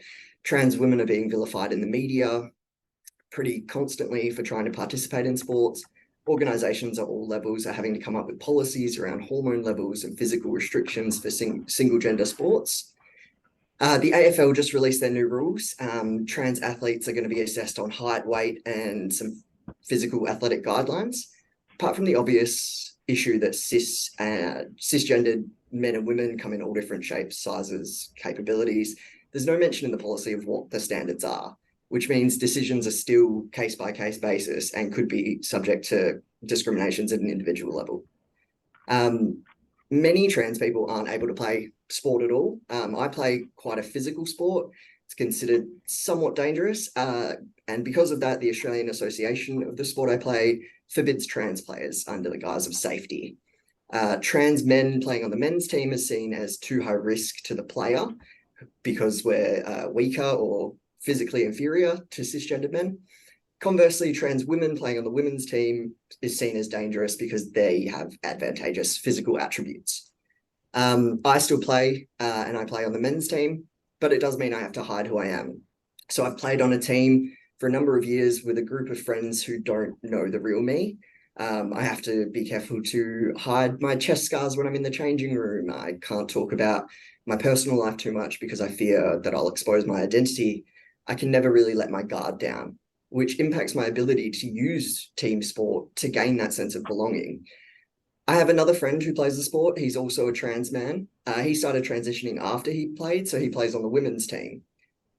His club won't let him change teams, and he gets a lot of complaints, or their club gets a lot of complaints from other teams because they're seen as having an advantage with a man on the women's team.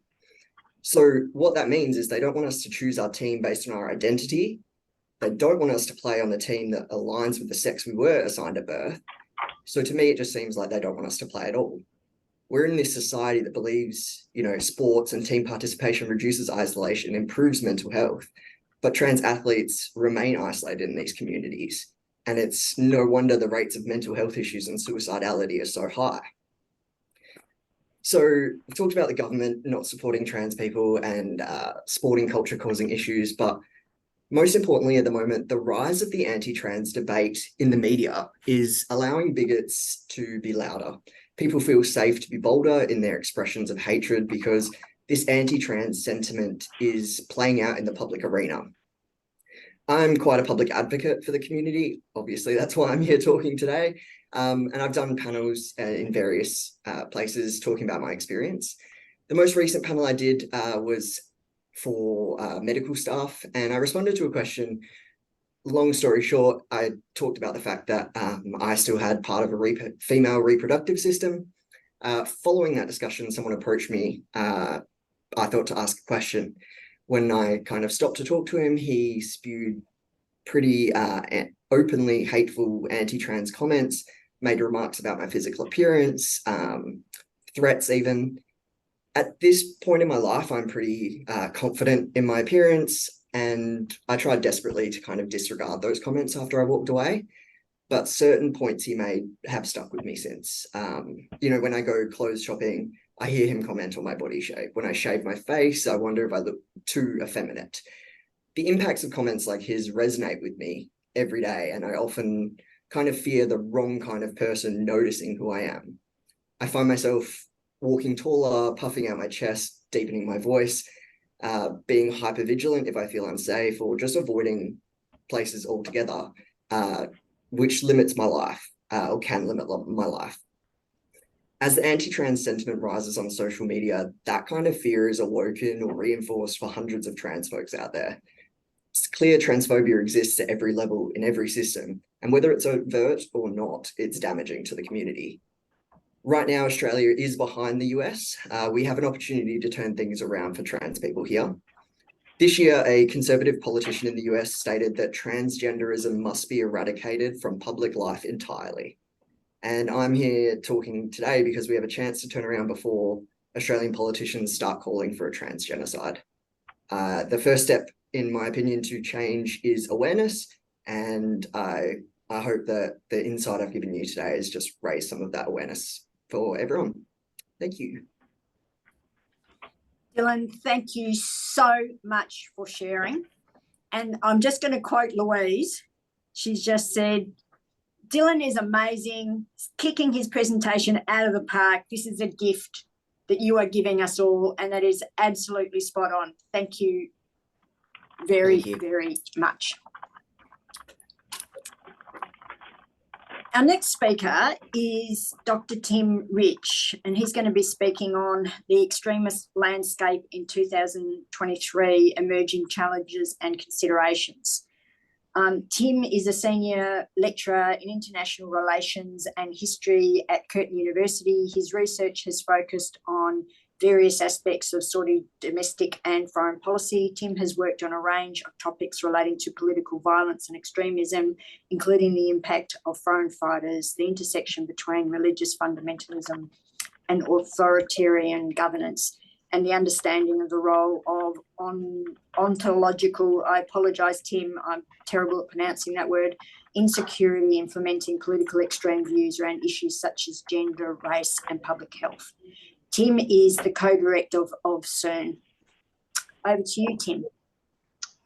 Thanks, Rachel, and thanks, Dylan, both for organising that and also providing that really powerful account. So my background is I come from the sort of counter-terrorism and international relations background, and so but my interest is much more in questions around the sort of the structures and conditions that ultimately lead to terrorism, but their wider effects on society. So whether we're talking about making people feel unsafe, whether we're talking about a breakdown in social cohesion. And so what I'm here to kind of talk about today a little bit is to kind of give you all a bit of a sense of some of the landscape and the kind of 30,000 foot perspective on what's kind of going on today structurally, more broadly. I think all of you have in some way, shape or form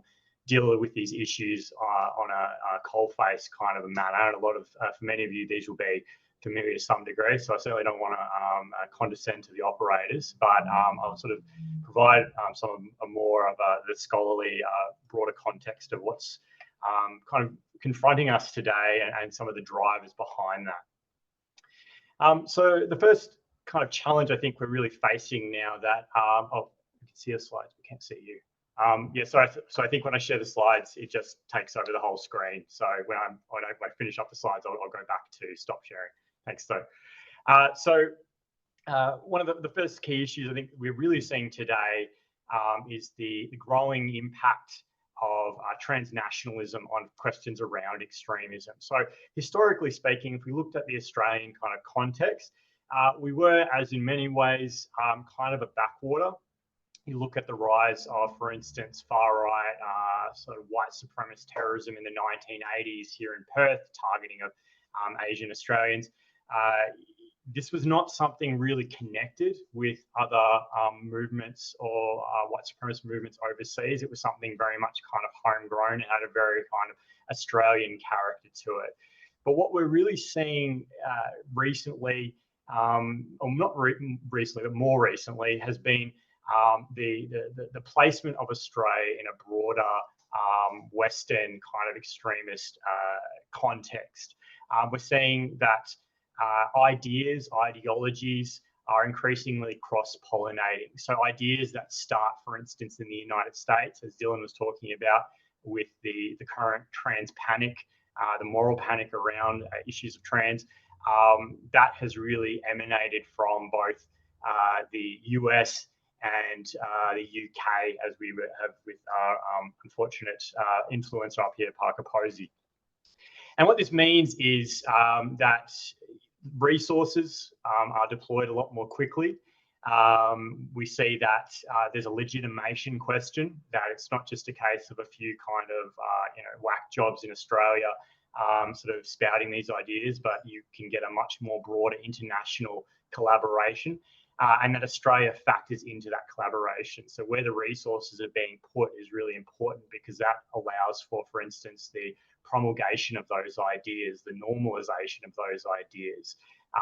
A big part of what a lot of these influencers talk about is this idea of meta-politics, of shifting the Overton window. So it's not just a case that they are the ones kind of embracing these ideas. They want to disseminate these ideas in a broader and broader segment of society, make sure those ideas are forefront in the mind of people on a day-to-day basis, and basically shift the political questions and the political discussion, what is appropriate or seen as appropriate in the mainstream, so that their ideas become more normalized and less extreme over time. Now, we see this obviously in the current questions around anti-trans and anti-LGBTQI+. We've seen it with white supremacist narratives, and we've seen a gradual degrading of what we'd see as the traditional kind of antipodean worldview, that Australia is seen not as its own distinct entity as much anymore as it is a front in a wider struggle. Another key thing to kind of emphasize with this is, while there is an element of this on what we would term as left-wing causes, this has manifested in a much more profound and organised way on the traditional political right, although I do have kind of issues with these questions, and we'll talk about why in just a second. So while you're often confronted with these questions of, like, when someone expresses concerns about this, well, what about the left? Well, the problem is when we actually see the data, we see that violence by these groups, it tends to be much more concentrated in right-wing groups, and that they are much more organised in getting their narratives out there. And then we've seen this manifested in a number of a wider ecosystem, but also with specific groups that have sought to create transnational networks and set up chapters or cells in Australia directed overseas. Some of you may have read the recent Base Tapes expose on ABC, and I believe it was Channel 10, or the Age was working on that. The Base is a transnational white nationalist terror group. Actually tried to set up cells here in Perth and were blown out by a particularly brave ABC journalist who actually now resides here in Perth. The Proud Boys, some of you have come across these, largely gentlemen because they are Western chauvinist and very much about the boys, and as well as QAnon. Many of us are aware of the rise of sort of anti-vaccine groups here in Australia and in WA specifically, and QAnon as a narrative was very much a part of that. The second kind of factor here, and these are all kind of interrelating, so you'll obviously see a lot of synergies between them, is the growing effects and impact of influencer and influencer ecosystems. Now, this is something that we at CERN, so that's the Curtin Extremism Research Network, have actually done a bit of research and mapping on.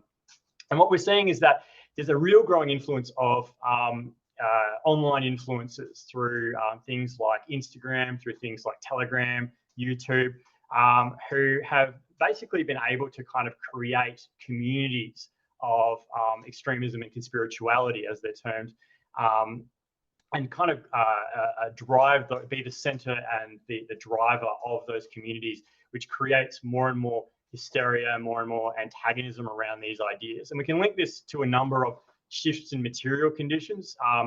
Basically, the widespread penetration of the internet.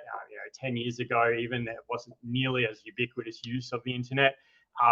Current economic models online that drive certain types of behaviour, often stoking conflict, creating outrage. This is something that is at the heart of a lot of other forms of influences, but has been very much co-opted by influencers in these extremist spaces.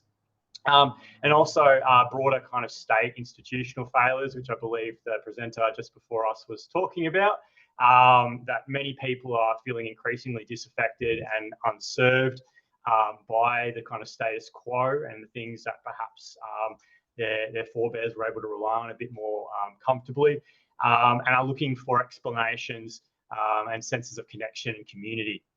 And this has basically created a kind of perfect storm within which these influencers can move in. So obviously many of us are more than well aware of this gentleman over here, Andrew Tate. He's a quite well-known influencer in the manosphere. We have Avi Yemeni down here, who's a bit of a shit stirrer. He makes a profession out of it here in Australia. And the thing that's critical to emphasize about these influencer cultures is that these are not just influencers. They're not just observers. They're not just commentating on the state of affairs, but they're actively engaged in driving that state of affairs and driving the radicalization processes around it. It's important to note that the motivations for a lot of these people aren't necessarily ideological at the heart of it, but rather economic, that they see that there is an economic incentive to creating division, creating conflict within communities, because they sit at the heart of it. They're able to essentially harvest money out of that through subscriptions, through other forms of economic activities that are part of that. And this is in part using things like moral panics and situating themselves at the heart of that. So we see this in these conspirituality communities. We see this in the manosphere, which is a series of communities basically built around a sense of male insecurity and a sense that men are in a sort of a state of decline. And we see this in the alternative influencer networks. So these are the individuals who will sort of say, the mainstream narrative isn't true. We actually have the hidden secrets to tell you about. We see that particularly since COVID, there is a growing target audience across all these spaces. There are more and more disaffected people. A lot of them are particularly young men, and that these people are essentially fulfilling a kind of a need. They're creating communities. They're creating a sense of legibility in an increasingly illegible world. and giving people a sense of place and belonging. So they are filling a sort of need that people have, even if it is in a very cynical and destructive way more broadly. And you can see one of our papers here. Sorry, I just adopted a puppy and he is very needy right now. And the final kind of thing that some of you may have come across the term, the salad bar ideology, or the ideological salad bar.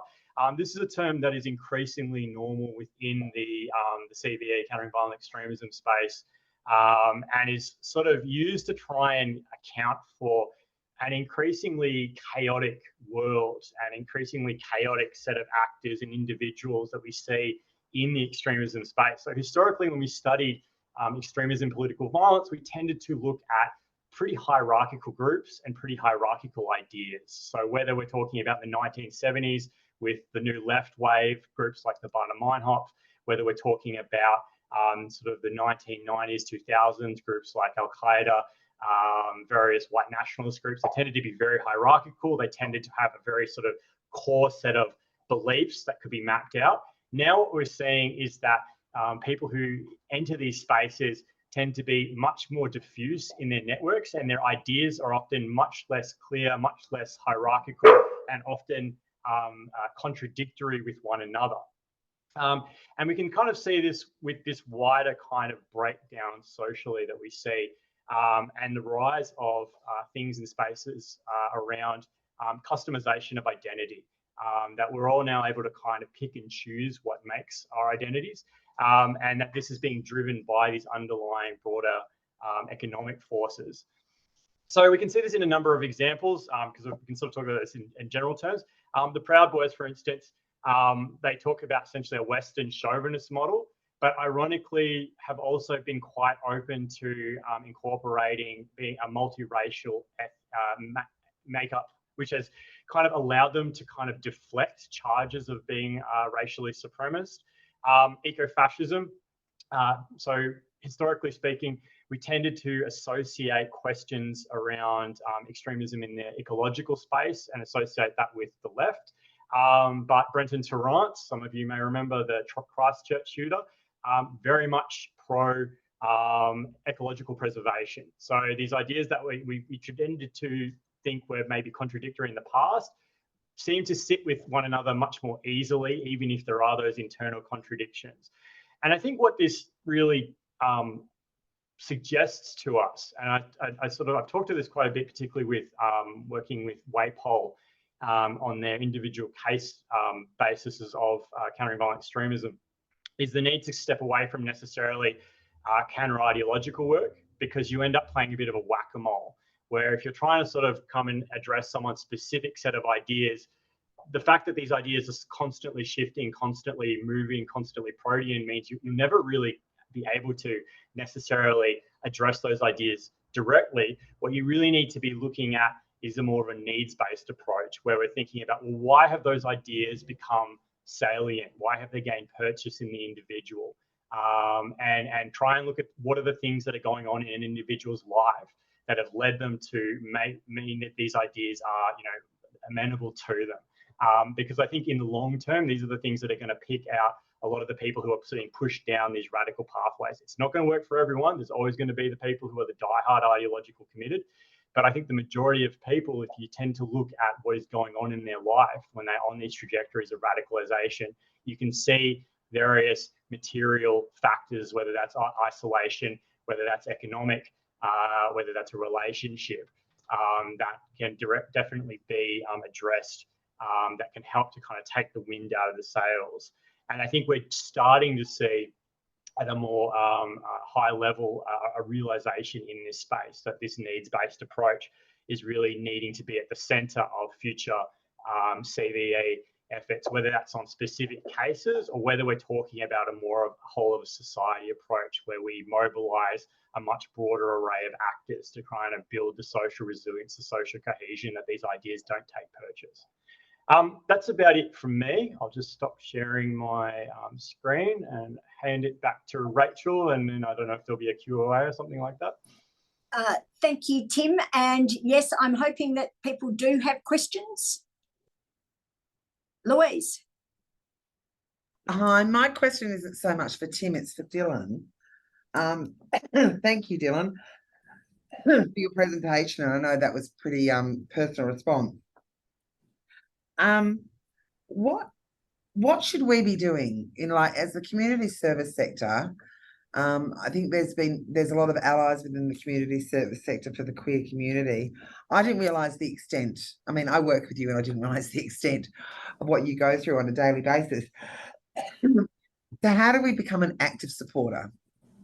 So, you know, WACOSS has done a lot of signalling about we're very supportive of the queer community, but what more can the sector be doing as this is emerging and the voices are getting louder? Yeah, I think it's twofold. First, I guess I want to say I come from quite a position of privilege. When I'm talking about my experience, there's a lot of people who are unfortunately far worse off. Not that it's competition, but just something to bear in mind, I guess, when you're thinking about the community that you have heard from me, but also there is people who are far worse off. I think the main thing in the community services sector is there's a few things that I didn't mention as well for trans people, but also for the LGBT QIA plus community is, you know, there's a hugely high rate of drug and alcohol issues. There's a hugely high rate, as I said, of mental health issues. There's a high rate of homelessness. And these are all kind of things that community service organizations and probably many people listening are working in these fields. So there's, you know, something to be said for targeting the queer community, for you know, trying to reduce levels of homelessness, levels of drug and alcohol addictions, levels of mental health struggles, by targeting this specific community that suffers exponentially more than the general population. We can more significantly reduce those rates. So you know, the rates of homelessness for queer people, I don't know the statistics off the top of my head, but I know that they're extremely high compared to any other kind of minority group in the homelessness sector. And by targeting, you know, by community service organizations specifically targeting the community, they can take action on a large proportion of people with those issues, and therefore, I guess, address a bigger part of those populations and make more significant change. I hope that makes sense. Does. Thanks, Dylan. Tim, I've got a question for you. What do you think about the weaponization of extremism by Donald Trump? Well, I think, you know, Trump is the Pied Piper. I mean, I think Trump represented sort of the man of the moment. I think Trump has, and still has to a degree, a very acute sense of the widespread disenfranchisement of a growing degree of sort of mostly white middle class voters in the United States. And I think the thing that, you know, for all his buffoonishness, he does have a kind of cunning to him. I think the thing that worries me more than Trump is a more effective Trump down the line. I think we're going to see more Trumps who basically observe the experience of that regime and become much more effective political actors. And I think, again, the challenge is to build a degree of resilience in the population so that those kind of people don't get the purchase that they do. And I think the problem is it's all too easy to kind of ignore these deeper structural issues as they build up over time, and then suddenly they explode in your face. And then you sort of go, how could it have gotten to this point? But I mean, it's hard to sort of have this discussion without going full kind of lefty academic when you start looking at, you know, things about, you know, wealth consolidation upwards, deindustrialization, so that kind of mentality. I've got another one for you, Tim. What can we do at an individual level if we have friends or family who go down the extremist rabbit hole online? Are there de-radicalisation toolkits that we can access somewhere? So unfortunately, not that publicly at the moment. It's funny that that should be mentioned. So we're actually at CERN currently working on releasing a little toolkit in the form of a 5-part podcast series that is sort of about addressing building capacity as for us as individuals. When we are confronted with people in these spaces, what do we do about them? That should be coming out hopefully towards the end of this year. We've recorded all of them. They've just been sent off to an audio engineer. And that will be completely open source. I'll be happy to circulate that once we've got that in hand. And the idea is basically that we want to make as many people as possible aware of these issues and also give them some simple tips on how to actually redress them. I mean, one of the basic issues that I think it seems pretty obvious, but oftentimes is kind of forgotten about is just not letting people drift away.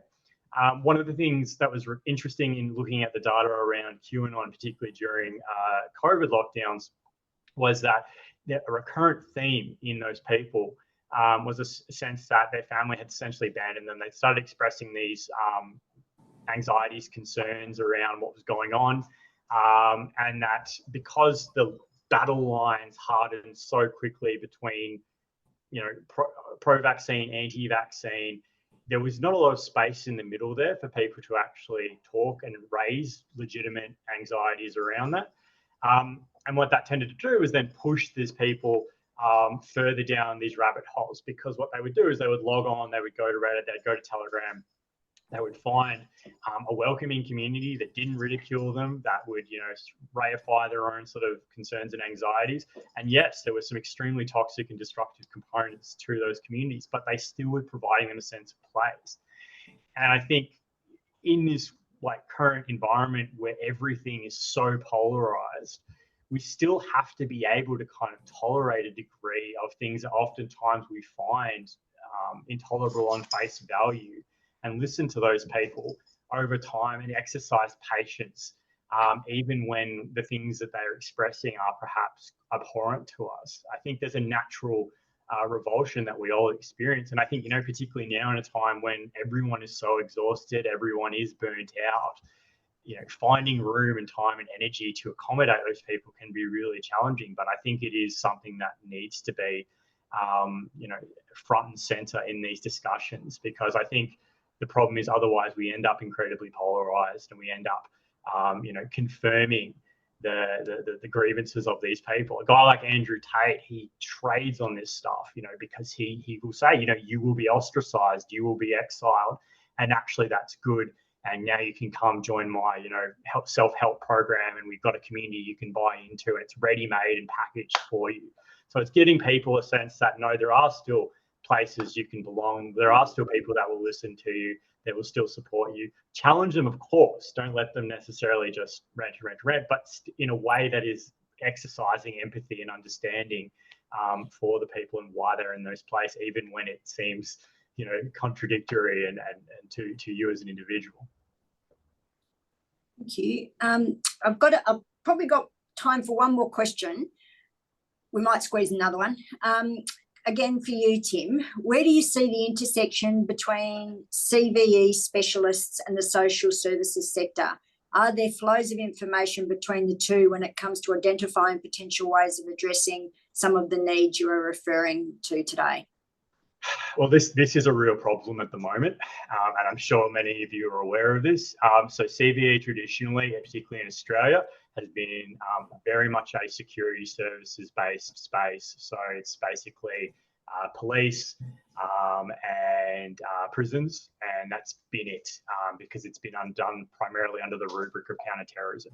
Now, there is a growing awareness, and unfortunately, I think it is in part because there's now seen to be a lot more white extremists than traditionally.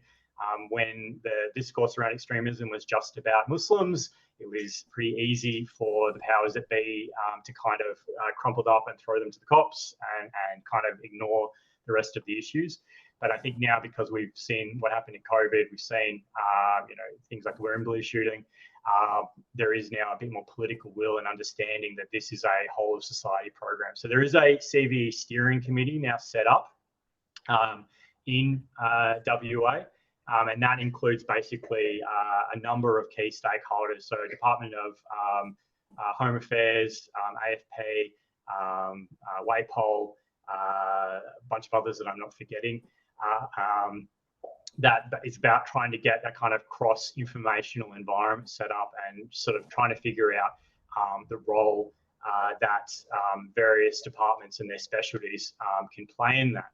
And I think, communities has a huge role to play in that. And I think it needs to be really advocated for, because what you see, in the individual case studies of people that get referred into the CVE programs is you have police officers. And I'll just say this, there are 2 police officers that cover the entire WA portfolio at the moment, which so they are incredibly over taxed in terms of, and what they end up doing are things that communities traditionally would do, going out there and doing things like setting up people's bank accounts, helping them get to job interviews, stuff that, traditionally, police officers probably aren't, normally doing. And not to say that they haven't done a fantastic job on it, but it's just a case of, well, are there people out there who are perhaps better positioned, have a much more deeper knowledge of this type of stuff that can play a really critical role in that? And so I think breaking down this siloing, that is, as we're all very much aware, I know this in a university, and you all know this, in your spaces, is so critical, is getting the resources and the right people into the right places, and building those cross-pollinations and that interoperability between that. But I think that is something that takes a lot of time, and I think we're starting to see it, but I think we still have a long way to go. Thank you. And I am going to squeeze in one last question for you, Dylan. Do you believe that having people identify as being a part of the LGBTQA+ community in as frontline workers in the sector, as well as representation on boards and in decision-making positions, would improve trans people's experience using services? I think definitely sort of, links back to Louise's question, as well as what organisations can do. Employing people in the queer community, educating staff to be allies and how to appropriately work with people in the community does make a huge difference. The community in WA, or Perth at least, is large, but small enough that we all talk to each other. And if organisations want to be the choice for queer people, it's a lot about kind of word of mouth. And if I knew, for example, I had to go to a community health service, or any service really, if I knew that there was queer workers there, if they had information on their website about their inclusivity, if there was, yes, representation on boards, frontline workers, any of those kind of things within that organisation, I know it would be my choice, because it's better than nothing, basically. And then you have people making those choices, and a lot of people make their decisions that way, and then it travels by word of mouth. So answering what, Louise asked, and also this question, yes, educating staff and employing queer staff who are happy to be, open about their identity makes a huge difference. And the whole community, the trans community, is very well connected, but the whole queer community is connected. And people will find out about it, and you will start seeing more and more of people in the community come through your service, and continuing to give that good experience does make a huge difference. Thank you, Dylan. Can I ask everyone to join me in thanking Dylan and Tim for their enormous contributions this afternoon? Thank you. We've come to the end of emerging issues for this year. Thank you for participating. Can I ask you to join me in one big shout out for Jenny, Klaudia, Cheryl, Fiona, Tessa, Dylan and Tim. Thank you very much for participating, everybody. You'll have noticed that we did record this. It'll be up on the website for those of you that want to go back and check some of that information if you missed anything, or you want to let your friends know that you had a great time this afternoon and you want to tell them where to go and find the information.